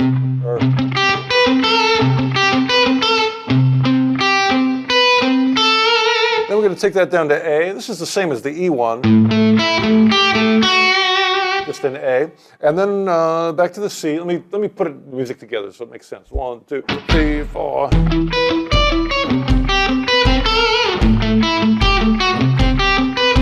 Repeat the C, back to the A again. And then our ending, we're going to play a B minor 7th chord. I never knew what a B minor 7th chord was until I went to school, and so I'm going to show it to you just in case. B with your thumb, bar across the 4th, 3rd, and 2nd strings on the 7th fret, so it's all on the same fret. And then I'm going to play the top part of a B minor pentatonic scale, a little rectangle looking part. So now here's the big jump. I like those two notes. As long as I know that I'm going to go there, I can get myself ready and slide up and get them. And then I'm going to end by going with some slow triplets. These are good notes. The E minor triad with the ninth added, which is E, B. This is kind of an unusual fingering, but I think you'll benefit from learning it. It's basically a really wide stretch from E to B, and then a really small, tiny little stretch from G to F sharp. If you have to move down a fret, everything else is the same. It's the same big stretch on the fourth string now, same notes, E, B. And then actually this one you don't have to move down. Because of the way the guitar is tuned, you can stay in the same spot to do your little stretch. And then the big stretch again, and that's it. All right, so let's put this all together again. I'll do it a little slower. 1, 2, 3, 4.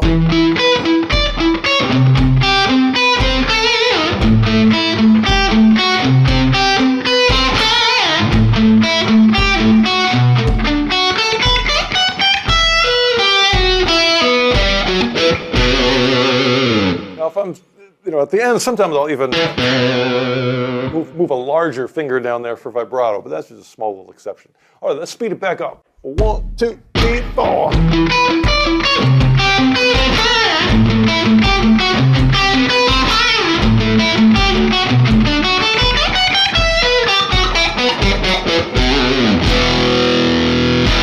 All right, there's some Werewolves of Portland for you. Rock and roll.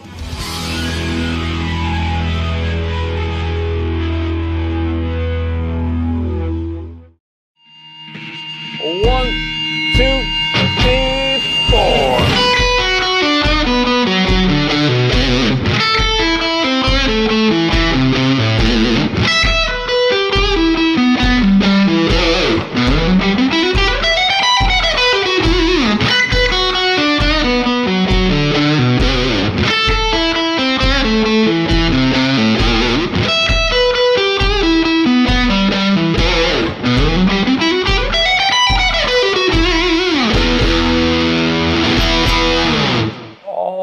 Like King Arthur pulled Excalibur from the stone, we are going to pull with our shoulder these notes. And we're doing very simple notes. If you've played a B minor chord before with a bar, we're basically playing that. And that's what arpeggio is. Arpeggio is the notes of a chord played separately. We're going to play each note twice. 1, 2. And the first note is going to be slightly quieter than the second note. Na, na. And that's because the second note is on the downbeat. So, like that. 3, 4. So, of those little sets of two notes, the second one is louder. And the second one, for the most part, is also an upstroke. Now, in a way, I even hesitate to call it an upstroke because it's really, I'm trying to get you to generate it with a shoulder pull.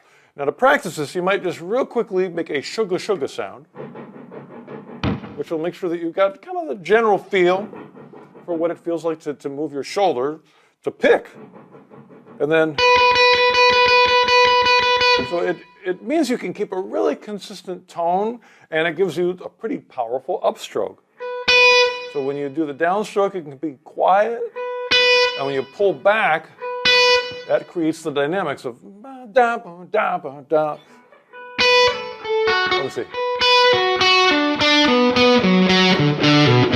So I hope you're watching my shoulder as I play that.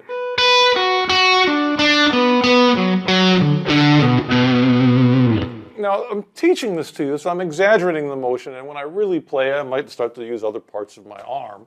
But the shoulder is in there, I'm pretty sure. All right, now let's get the notes. So it's a B, 2 Bs, really, 2 of everything.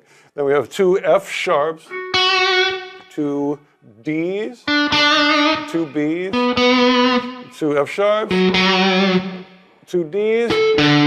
So now this is the first time that I've had more than one note on a string, and I'm going to take advantage of that by doing a pull-off. The pull-off is a little quieter than the pick note, and that's what I want, because I want that first B note to be quiet. And then I hit it with a loud one at the end. So that's the only pull off in the whole thing is I'm going down, up, pull off, and then hitting with a big downstroke at the end. All right, let's do that slow. 1, 2, and 3, and 4. All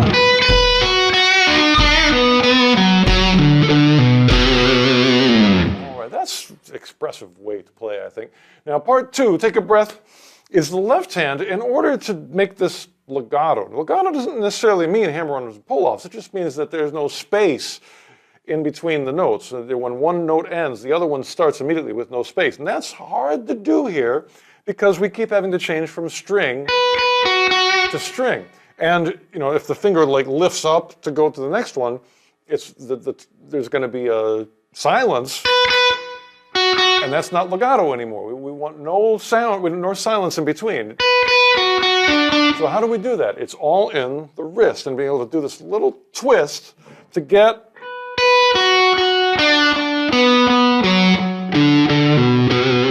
from one string to the next. And you can watch my wrist. Now there I could use the different fingers. That's a little bit easier to do. But once I'm there,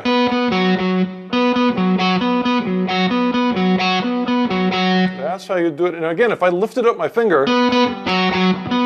and it makes string noise, that's so much of string noise that I hear students battle with is from that finger lift. And you don't have to do it. Just push the wrist forward and your finger never has to lift up. Never leave the string. All right, now that we've done that in B, the next part's very easy. Just take your hand down 2 frets and play it in A minor. And then we're going to do the same exact thing at the 12th fret in E minor. All right, then, quick little part 3 or ending part. I'm going to give you this arpeggio. It's only 4 notes, so you can learn this quickly.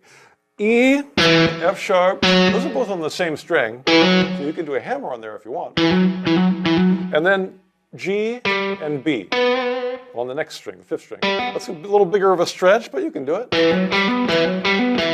Probably the most challenging thing is the fact that you're starting with the 2nd finger, which most guitar players, we like to start with the 1st finger, just out of habit. But it's a pretty arbitrary habit, especially when you get such nice notes from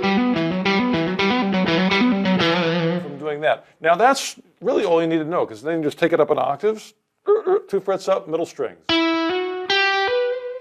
3 frets up, top 2 strings. So the same 4 notes.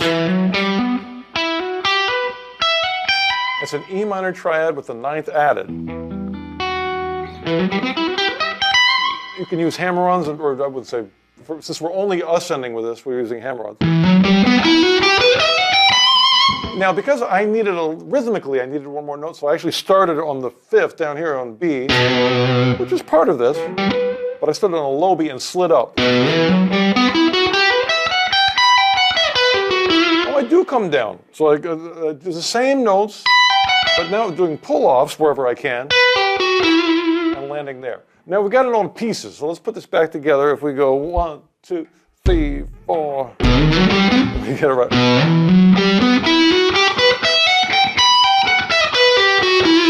I think it doesn't start on 1. So let me find out where it starts. It goes 1, 2, 3, 4.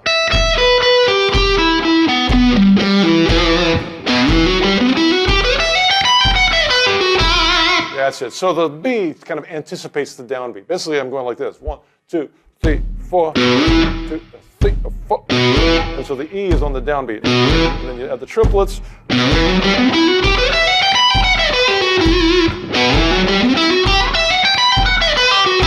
All right, let's do the whole thing. 1, 2, and 3, and 4.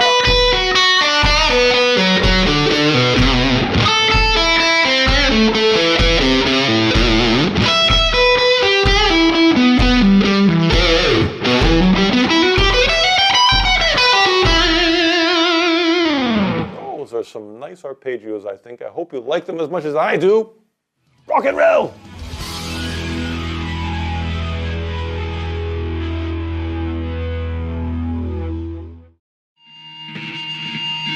1, 2, 3, 4.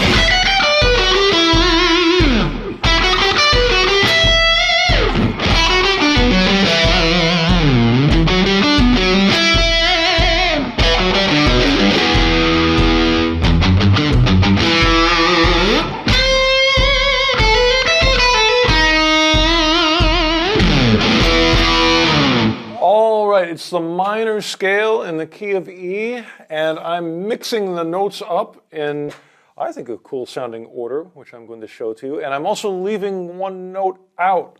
So let's take a look. Our first three notes are ones you've probably seen before if you played the E minor scale. Straight up, E, F sharp, G, straight up that scale, starting with the root. We're doing 16th notes, da-da-da. All right, after that is the first challenge, but I'm going to make it easy for you because I'm going to show you how to do it. We're going to do a wrist push, and that is going to push the pinky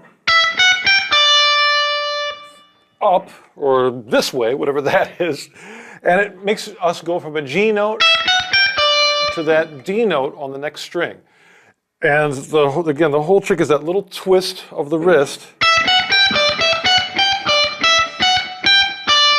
Now, once you're there, you're set up to use that pinky to pull off to the B note.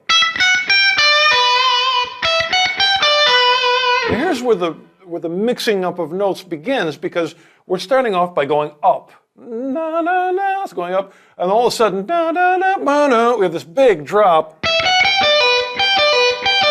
in the middle of up, so suddenly we're down.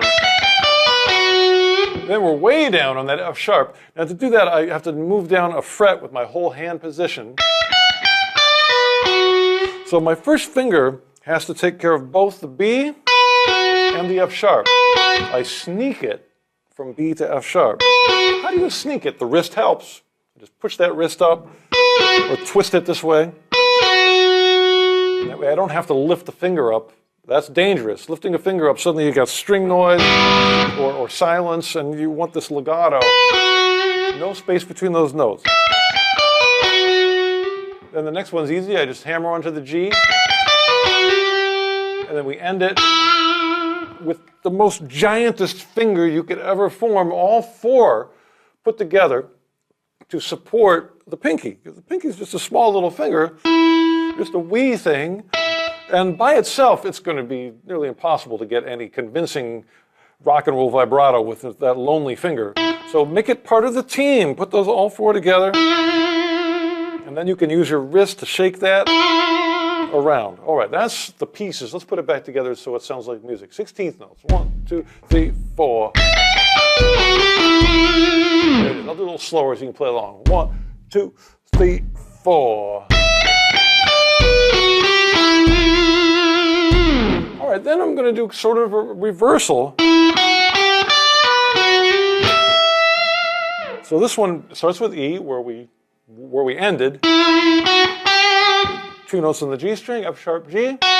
Then now again, we're going up now, no, no, no, and suddenly we reverse it. No, no, no, why not? We really threw I wouldn't say a wrench in the gears, but something to surprise the ear. Like, whoa, where'd that come from? So within that minor scale, we're getting these big interval leaps, which, again, there's this sort of wake up the listener. We got that DB. We did that before, that pull off, and then that's F sharp G, both in the same string. And then, to me, this last note needs the giant finger. So I moved my hand position just so I can put those 3 fingers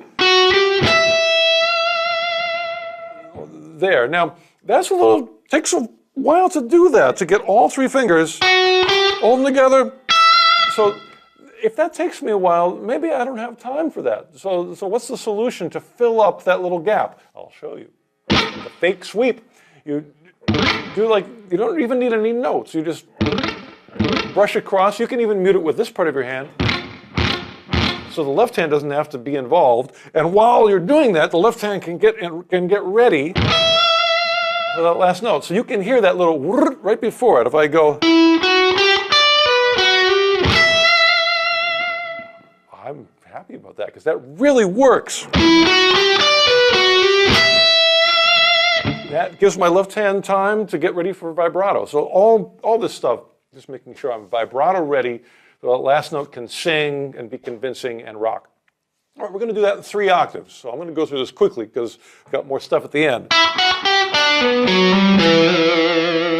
Same notes, we have to refinger it slightly because the strings are tuned differently, but you can sort it out. And then, and the lowest octave. Now I can't really give vibrato to that unless I've got a whammy bar, so I just sort of let it do what it does. And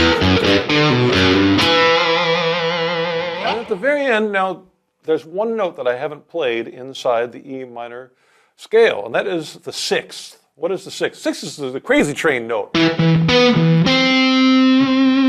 That's the C note in this case. And I've found that a lot of times leaving that C note out is a really good idea unless you mean to do it on purpose because you love it in a particular spot. But don't just do it because it's part of your exercise and your hand's doing it out of habit. Do it because melodically it needs to be there. And a lot of times when that C note happens, it's actually shifting to another key, for the example, an A minor chord. So I'm going to do this whole thing over an E minor chord, and then I'm going to hit a C note, the first C note we've heard yet, and that's going to signal that the rhythm section, if there was one, was going to play an A minor. I'm going to bend to it so it's soulful. So we go to the B note, bend it up to a C, do it so quick you don't even notice. And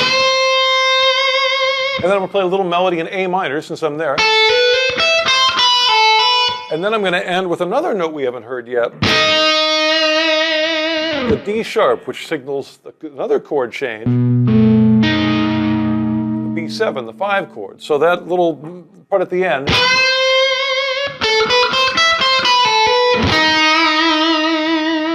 that's technically challenging too, because again, you've got to jump. Well, first of all, you got to use the wrist to get that high E and back. You got to do this whole, and then jump down to get that D sharp. So, and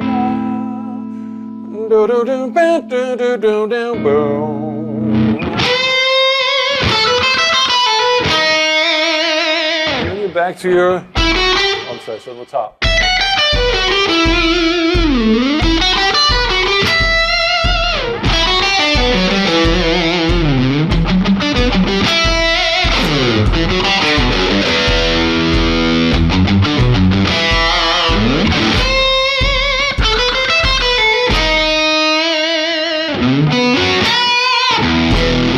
All right, so there's some minor ideas. I hope you enjoy them and use that wrist and that vibrato and all that good stuff, and you'll be rocking. Rock and roll!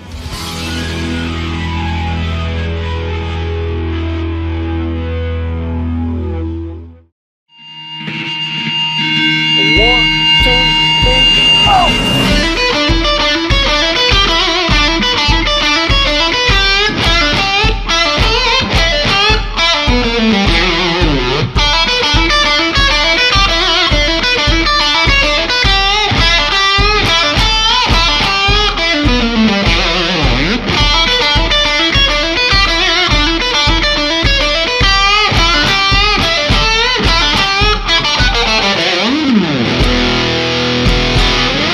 Oh, I like this one. I hope you'll try it out. It's all in the key of E.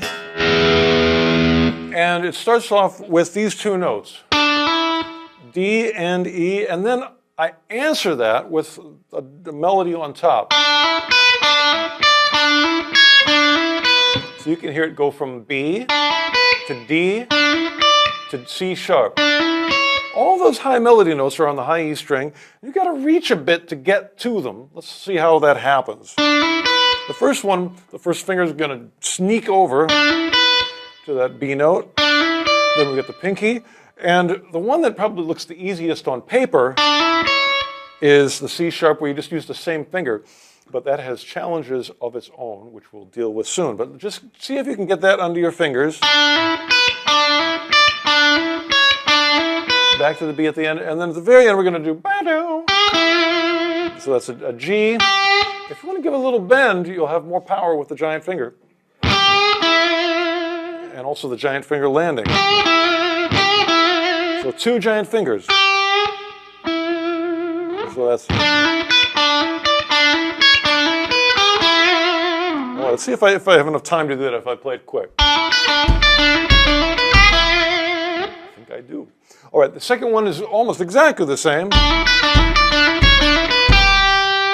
just going to end it with the G and kind of wait, and then maybe give it a little bend at the end. All right, 1, 2, 3, 4.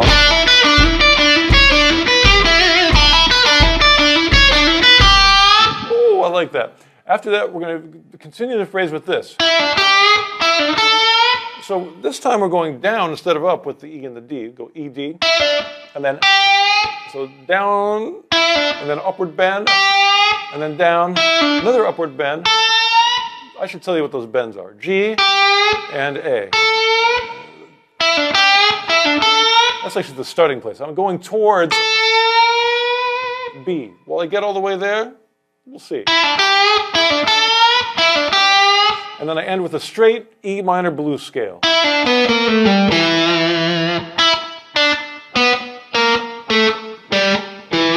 Those are the notes. All right, so let's hear that one more time. 1, 2, 3, 4.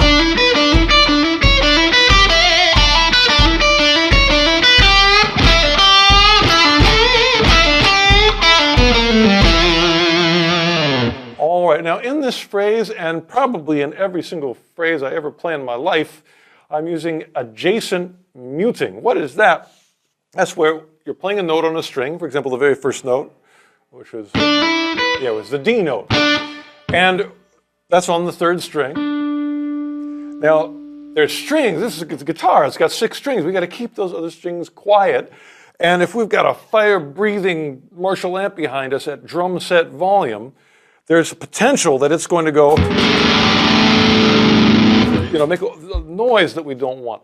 And so to control that, we're going to have to control the other strings on the guitar when we play that one single note. I'm going to show you how to do it. With the left hand, you're going to mute the string below it towards the ground with the underside of your finger. So you play the D note, and you mute the adjacent string by having this particular kind of hand position. This is where having the thumb over the neck really helps. If I had more of a classical position, then the B string would tend to ring out. I don't want that B string, so I put my thumb over. And even if I pick it, that B string is thoroughly muted. All right, now the string above it, towards the ceiling, that's muted as well with the fingertip. Again, if I use more of a classical style, that D string rings out. So that's another reason that's so cool to have the thumb over the top. It just puts your first finger in the correct position to mute both those strings. So you got the note you want, and then the 2 strings right next to it are both muted out. Now there's still more strings on the guitar, the top one, but you're less likely to hit those because, as you're picking, the further away you get, the less chance it's going to get hit. But even so, the top one is muted underneath your finger, and these, maybe my thumb can reach them, but what if I run out? What if my thumb's not long enough? That happens. So the solution is the thwomp, or the half thwomp. Obviously we want one string to come through, but you can mute the bottom ones with this part of your hand. So it's a team. You're using this behind your finger here, fingertips, and this part to get everything under control. So you only get the notes you want and not the ones you don't. Well, sometimes it's nice to get some noise, but it's nice to do it on purpose rather than because it happens by accident. So as you play through this, here's what I want you to do. Look at those top melody notes. Just play it without thinking. Put your finger on that B and then look at it, and what's your finger doing? And it should be touching the B string so it mutes that out. Then do it to the D. Should also be touching your pinky now. Should be lightly touching the B string so it mutes it out. And that should, even when you play fast, that's still, you'll still be muting that B string at all times. Now here's the tricky one that we talked about before. That bar, it's almost impossible to have the bar not give you potential string noise. So that's where you bring this part in and make sure that's down just enough where that's muted as well. All right, so that's the secret of adjacent string muting. Let's rock this out one more time. 1, 2, 3, 4.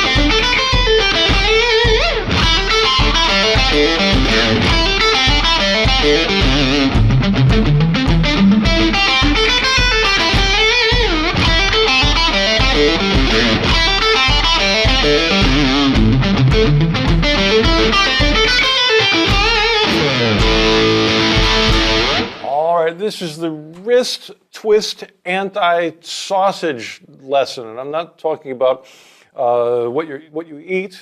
Sausage is just fine for me, but the fingers, and those can turn into sausagey-like things when the joints are not bent. And if a player has the guitar way up here and sort of a classical position, it can get kind of sausagey, you know, like this sort of thing.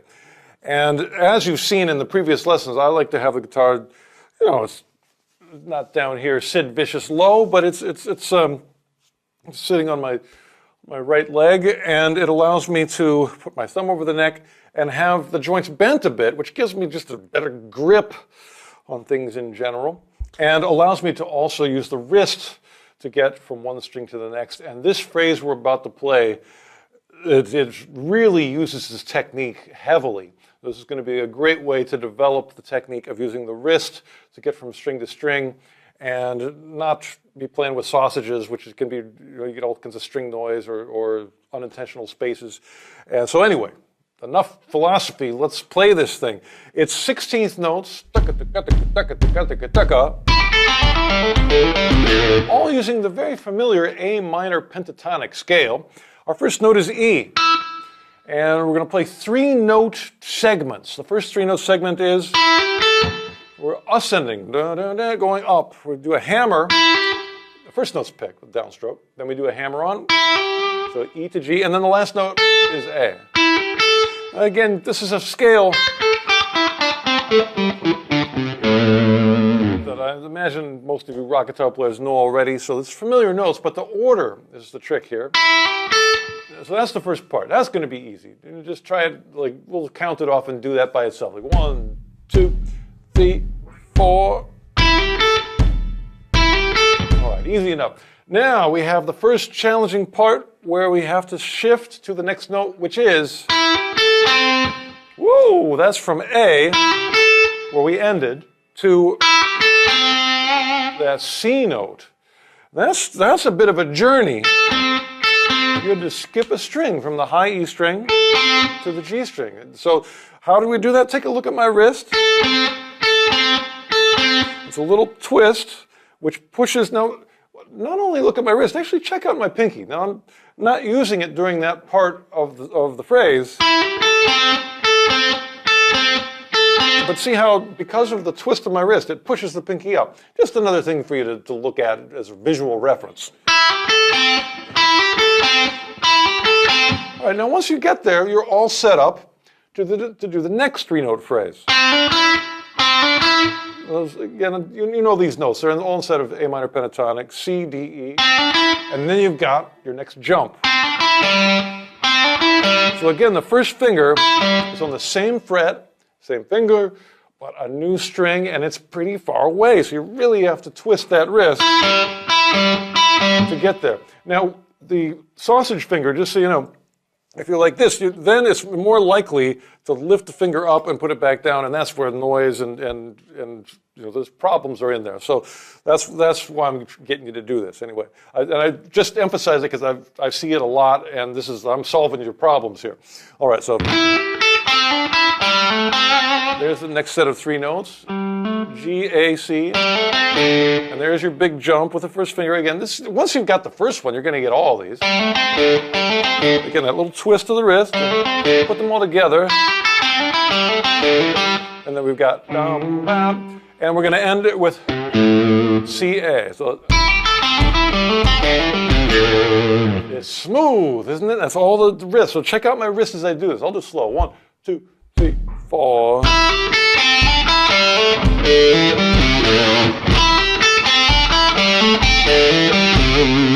The second ending I'm going to do a little different, just a C note by itself. Giant finger vibrato, all of them together. Imagine if that pinky had to do with a vibrato all by itself. No. There we go.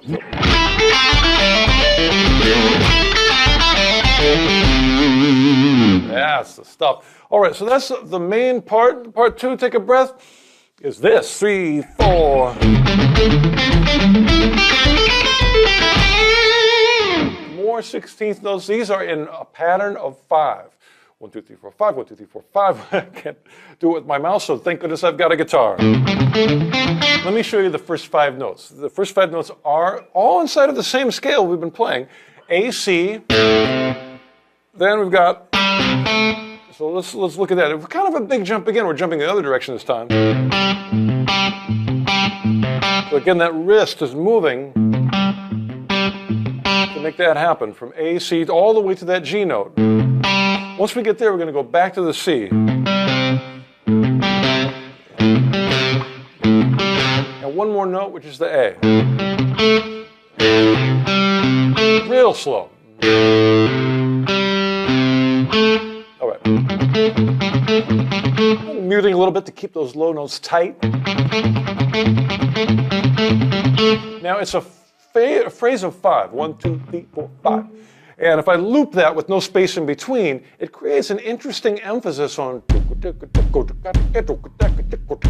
like.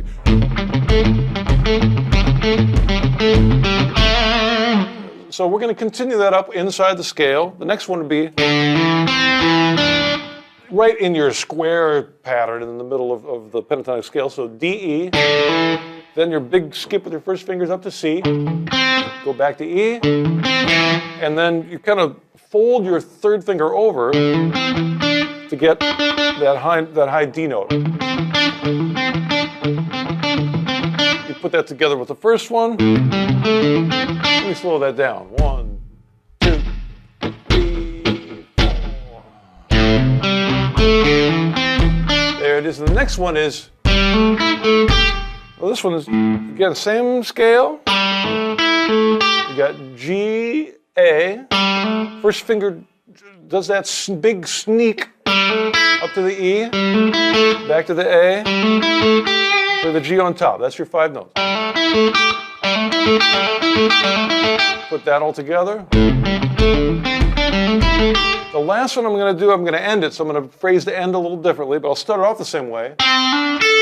Again, we got the same scales, C, D, jump up to the A note, and then here I'm going to end it by going, let me see. Let me make sure I got it right. Yeah, I'm going to go straight up, A, B, C, and back down,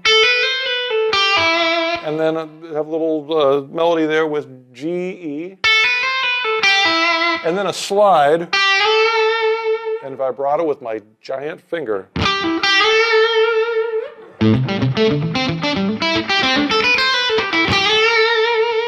Oh, that's nice. 3, 4.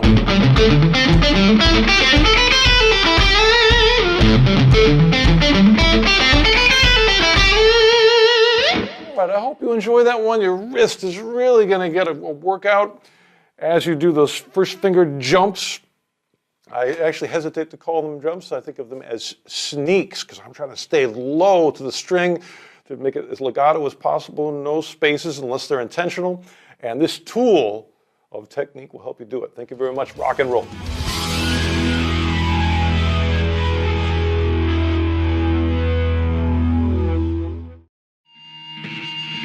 One, 2, 3, 4.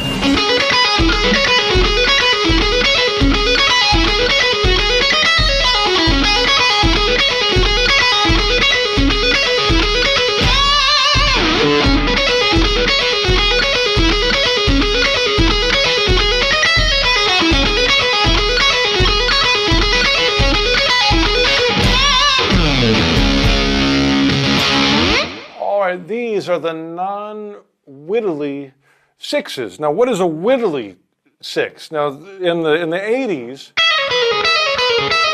licks like that,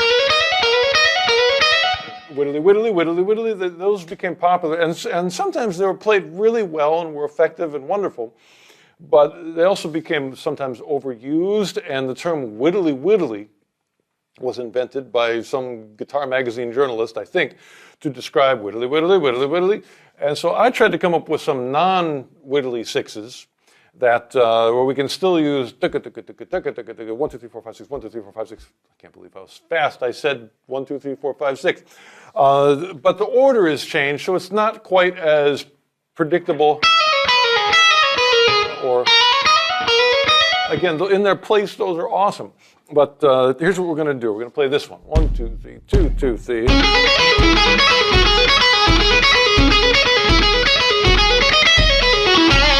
This is in the key of C sharp minor, and our first note is C sharp. We've got right there on the 11th fret.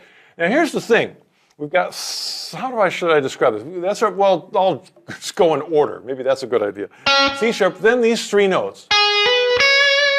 And this is, oh my goodness, C sharp, a lot of sharps. G sharp, B, C sharp. And then we'll go back down using those same notes. So here's what I want to show you. I want to show you this little chunk. That's going to repeat, and then the starting note changes. So we've got C sharp as our first starting note. We follow that by the chunk. Then our second starting note is E. Same chunk. And then F sharp, and then the chunk, and back to the E. So we've got this.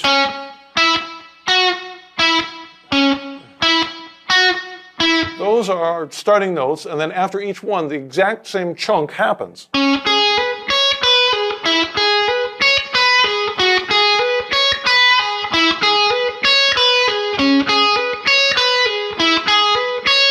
And right about here, I'm getting bored of the lick, so I change it. So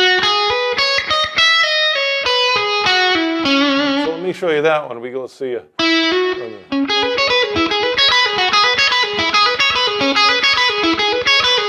It starts here, and we'll just go straight up the minor scale with one little trick, which is we're not going to play the minor 6. What is the minor 6? Crazy train note. So we're going to not play the A. We'll just go straight up without playing the A. So all the rest of the notes are in the minor scale. So back down the same way. We play every minor note except for the A. And then back down to your root. So that's the end. All right, all together now. 1, 2, 3, 2, 2, 3. That's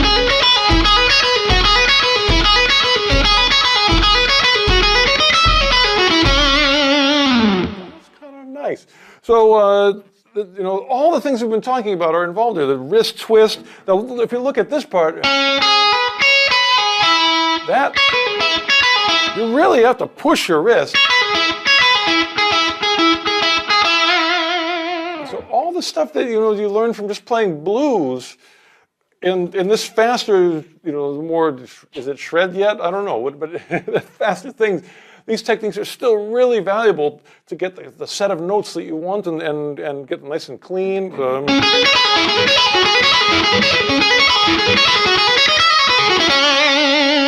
And of course, you end it, your vibrato ready, you've got the giant finger. You play it with some anger, and it's all good. Enjoy the non-wittily sixes.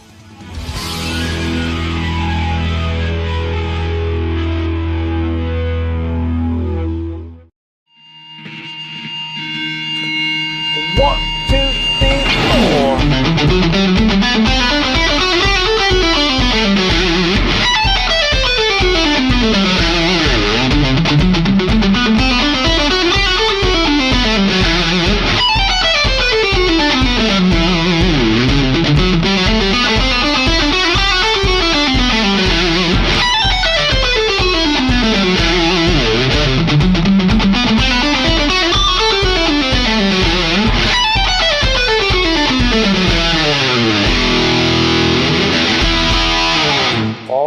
That's smooth. And the way to make it smooth is to not pick every note. Picking every note is, in a way, it can be like an arbitrary decision. Like, I must pick every note to be morally correct. But sometimes the musical solution is using other tools. And in this case, for this phrase, we're going to discover that we can get a smoother sound and a more consistently good performance, at least for me, by doing a combination of picking most of it, but putting in the well-placed hammer-on or pull-off, mostly pull-offs in this case, to smooth it out a bit and to give your pick some recovery time. All right, so this is in the key of E minor, And I'm doing, this is a phrase I really like. It's a two-note little pattern, down, down, that's going down, no, no. And then you take that little phrase and move it up a little, no, no, no, no, no, no, no, no. So you keep going higher and higher with these little two-note sections. This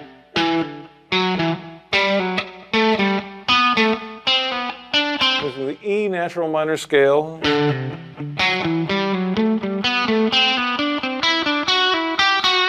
Like that. Now I'm going to turn up some distortion.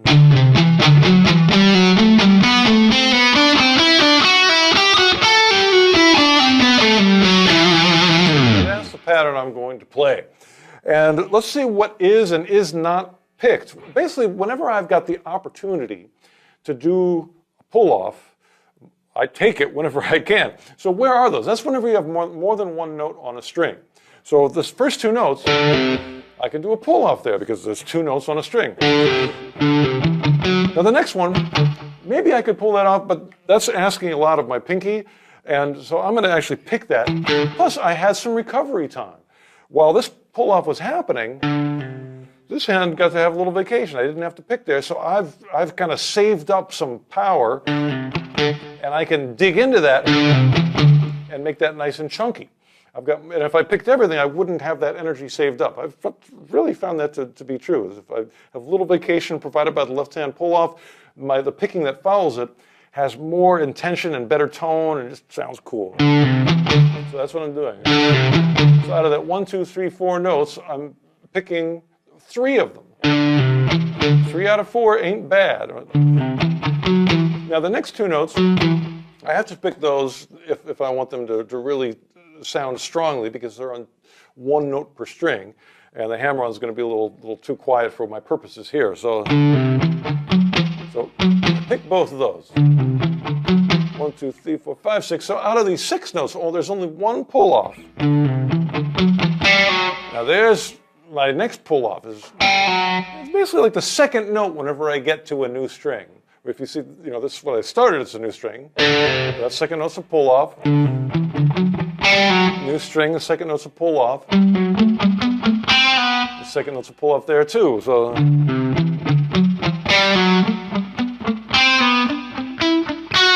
and right before it, I can hit it really hard to also make a contrast that sort of gets the attention. So, now right here, I'm going to shift to a new position by moving my hand. Just play the G F sharp, a little pull off, and that puts me in position to hit the A with my pinky and go straight down the scale. Now with these, in general, it's 3 notes per string now, which if you followed my earlier instructional work, you might be familiar with that kind of thing. 1, 2, 3, 1, 2, 3, 1, 2, 3, 1, 2, 3. And I'm picking the first 2 and then doing a pull off. So.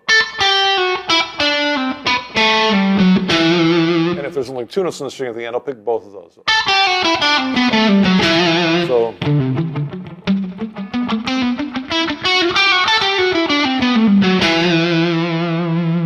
All right, that's the beginning of our phrase. Let's try that. 1, 2, 3, 4.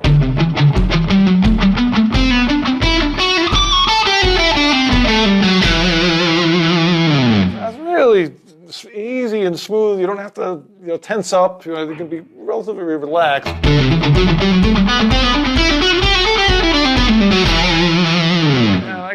And in my own experience, compared to if I could pick everything, maybe. But and that might be cool in certain instances, but it's just more likely to screw it up. So I like the thing that works every time. All right, that's part 1. Part 2 is this big, long 3 note per string scale, just like, it's just, I know some of my students, this is something they're really passionate about. It's like, I just want to play a scale fast. I want everyone to play a scale good. I want the notes to sound nice, and I think this is the solution. You really already know it because I showed it to you. 3 notes on a string, pick the first 2, then do a pull-off. That is the secret. Down, up, pull-off. You can even use a shoulder pull a little bit. At the end, I've got 4 notes on a string because I want to resolve. there. So I might pick all those just to sort of hammer it in at the end. But the beginning, it's just nice when things are easy and they sound good. I prefer that to hard and, sound a little funny. So,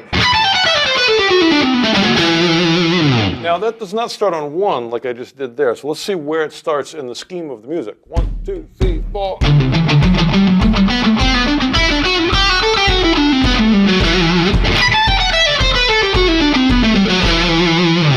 I think the 1 is actually the G note. So I anticipate it, and then the G is on the 1. So it'll be like 1, 2, 3. 1 and 2. So basically, that's the picking. There's a little ba-da, ba-da, ba-da. So, and it's so much easier than having to do the 3 again. You can do it, but I just start losing control. I mean, you know what I like the picking for? I like it for staccato, like Michael Schenker style. If I go that kind of fussy. Is that Popeye?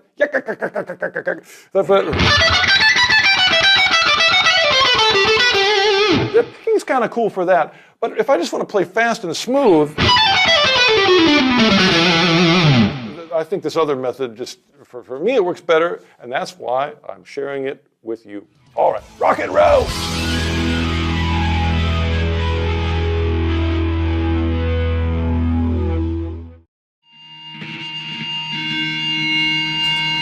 One, two, three.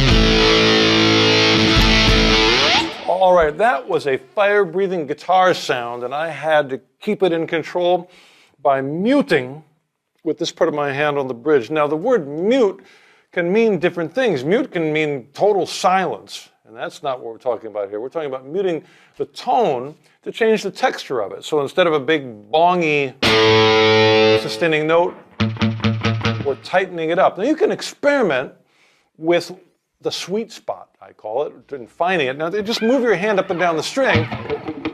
Now there, you have muted the pitch. You might still hear a little, but there's no pitch. And as you get it closer to the bridge, again, you're taking this part and touching it to the string. You start to get a pitch, and you start to change the tone of it. If you go too far beyond the bridge, you start to get a more, that twangy thing. Sometimes the open twang is just fine. That's what you want. But in this particular exercise, we want that tight, kind of muted sound. And we're going to use alternate picking for it. And let's listen to the phrase one more time, and then we'll show you some more details. 1, 2, 3.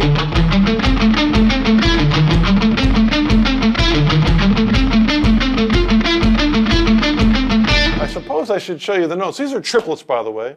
And I'm beginning, 1, 2, 3, pop, pop, pop, pop, pop. So I'm starting before the downbeat. 1, 2, 3, 4, 1.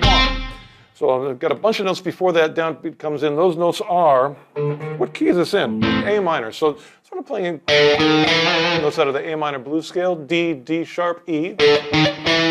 Up, minor pentatonic, G, A. And then I'm doing this back and forth between the melody and the root A.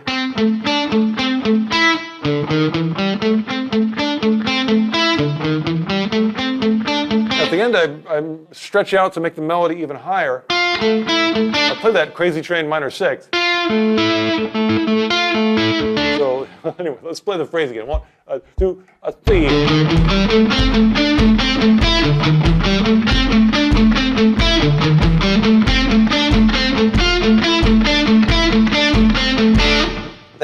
here's the phrase. Now the technique, one of the biggest challenges of this is I'm doing an upstroke on the downbeat. The melody, bop, bop, bop, bop. All those emphasized notes that the ear connects with to understand the melody are played with an upstroke. It just works out better that way because it allows me to do a technique called outside picking. Outside picking is not as efficient, and that's not the point here. You know, I'm not trying to play as fast as I can. I'm trying to play with the best tone and less likeliness of the thing falling apart because it's too fragile. So this is a less fragile technique. I'm more likely to be able to play it when I'm on stage and I can't see because the sweat's in my eyes, and you know, just it's more indestructible. And so the other part of it is I'm probably using my shoulder, that little rub. I'm making it a big rub to teach it to you, but a little bit. That allows me to get from string to string without having to use too much of my elbow, wrist, or thumb. I mean, that might come in there a little bit. It's not 100%, but it's there a little bit. And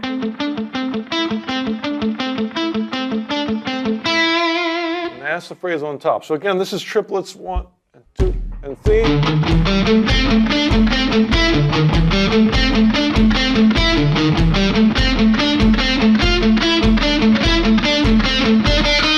And then I'm going to go right into the higher octave, same exact phrase.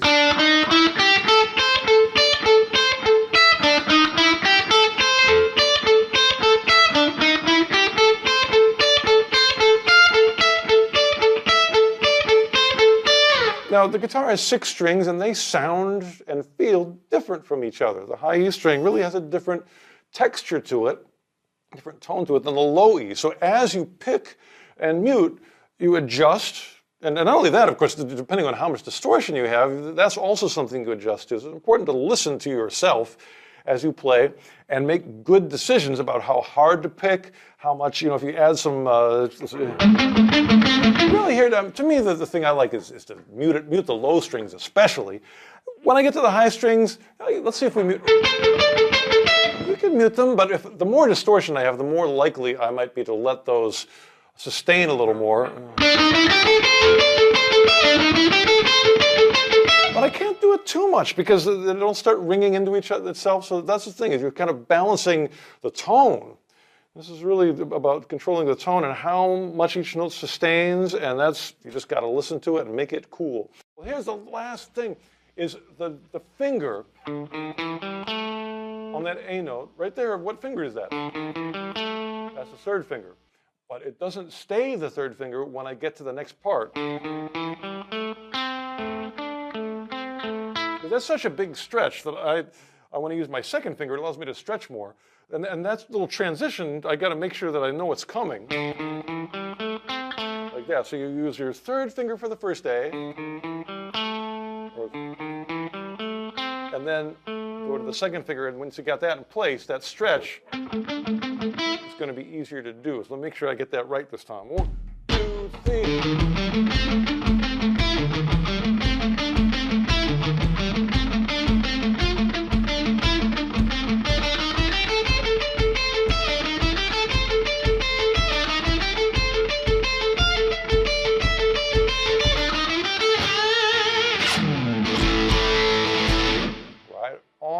Rock and roll!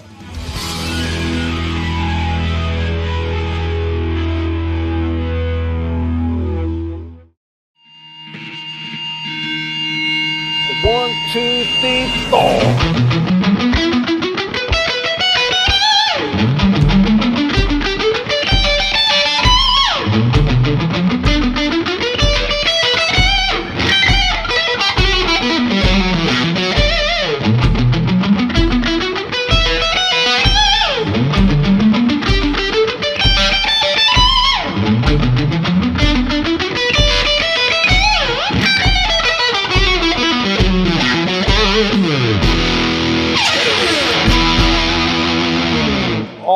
I call this one Anchors Away because there are many ways to anchor your hands on the guitar. And many guitar players use these fingers that you don't use for picking, the extra fingers, to anchor here. And that can work. You can get some good sounds from that. Probably the thing that is the most difficult to do, if that is your particular habit of technique, is to mute the higher pitched strings. So that's what I think. Just because that anchor tends to lift the hand away from the guitar, and in order to mute those top strings, you need to get this part of your hand closer to the guitar. And so I built a whole phrase around this. This also deals with a particular challenge of the guitar, which is to play fourth intervals cleanly without them ringing into each other. Now, a fourth interval is that. You know, if you go 1, 2, 3, 4, those notes are a fourth away from each other. And one of the solutions is to do a big stretch. But that's a lot of times just impractical. So I'm going to go with easier left-hand fingering and just mute it like crazy, which I think is a lot easier to do if the anchor is up. So pull those anchors up. And your new anchor is the hand muting on the bridge. That works just as well to get a good solid hold of the guitar, but it has tonal benefits and clarity benefits, and they're all happening in this phrase. So this phrase does not start on 1. I anticipate the downbeat with one note. The B note is anticipating, and the E is the downbeat. So it's like 1 and 2 and 3 and 4. That's how it begins. I keep adding a little more on. This is also the upstroke on the downbeat, which takes a little bit of getting used to, but it allows you to do outside picking, which just has more force to it and is a little less fragile, a little more indestructible. All right, so I'm going to slow it down a little bit. 1 and 2 and 3 and 4.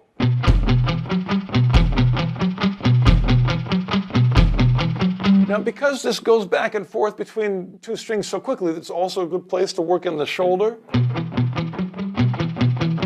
can work that in as well if you like. From there, you already know the next part because it's exactly the same, up an octave, and all you have to do is go up 2 frets with your hand, or the same thing there, and then up 3 frets.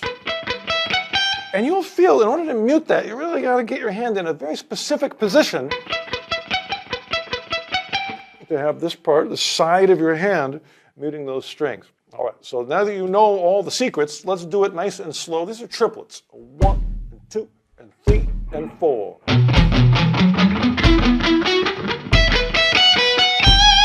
Now I should mention that I'm doing a slightly different pattern on top. All alternate picking. That's a challenging thing you'll find when you play it, but at least you know what the pattern is. Again, the highest note, the melody note, is an upstroke. So up, down, up. Just the way those notes fall, if you do alternate picking, those are what the main melody strokes will be. Up, down, up.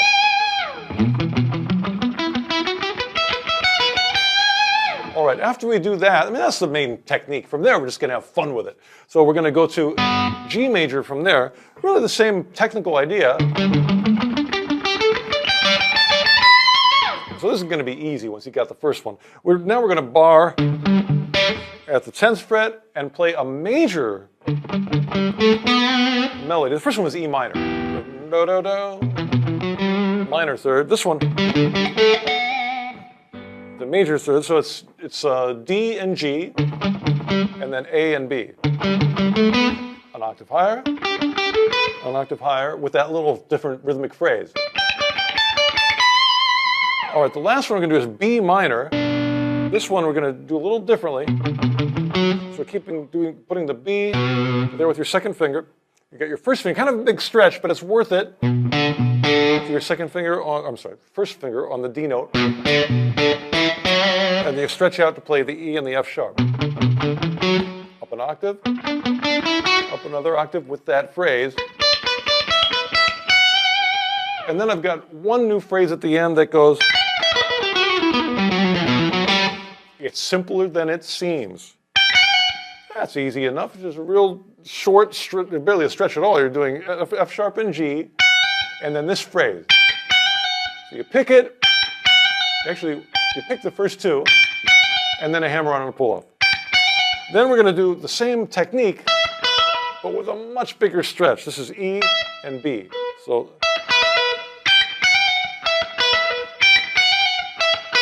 there it is. Then you do it an octave lower. And another octave lower. So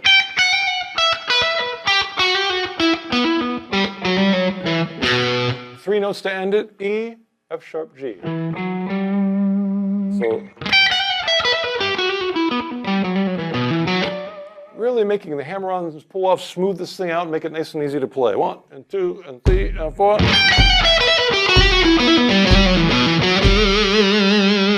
Oh, that's nice, I think. 1 and 2 and 3 and 4.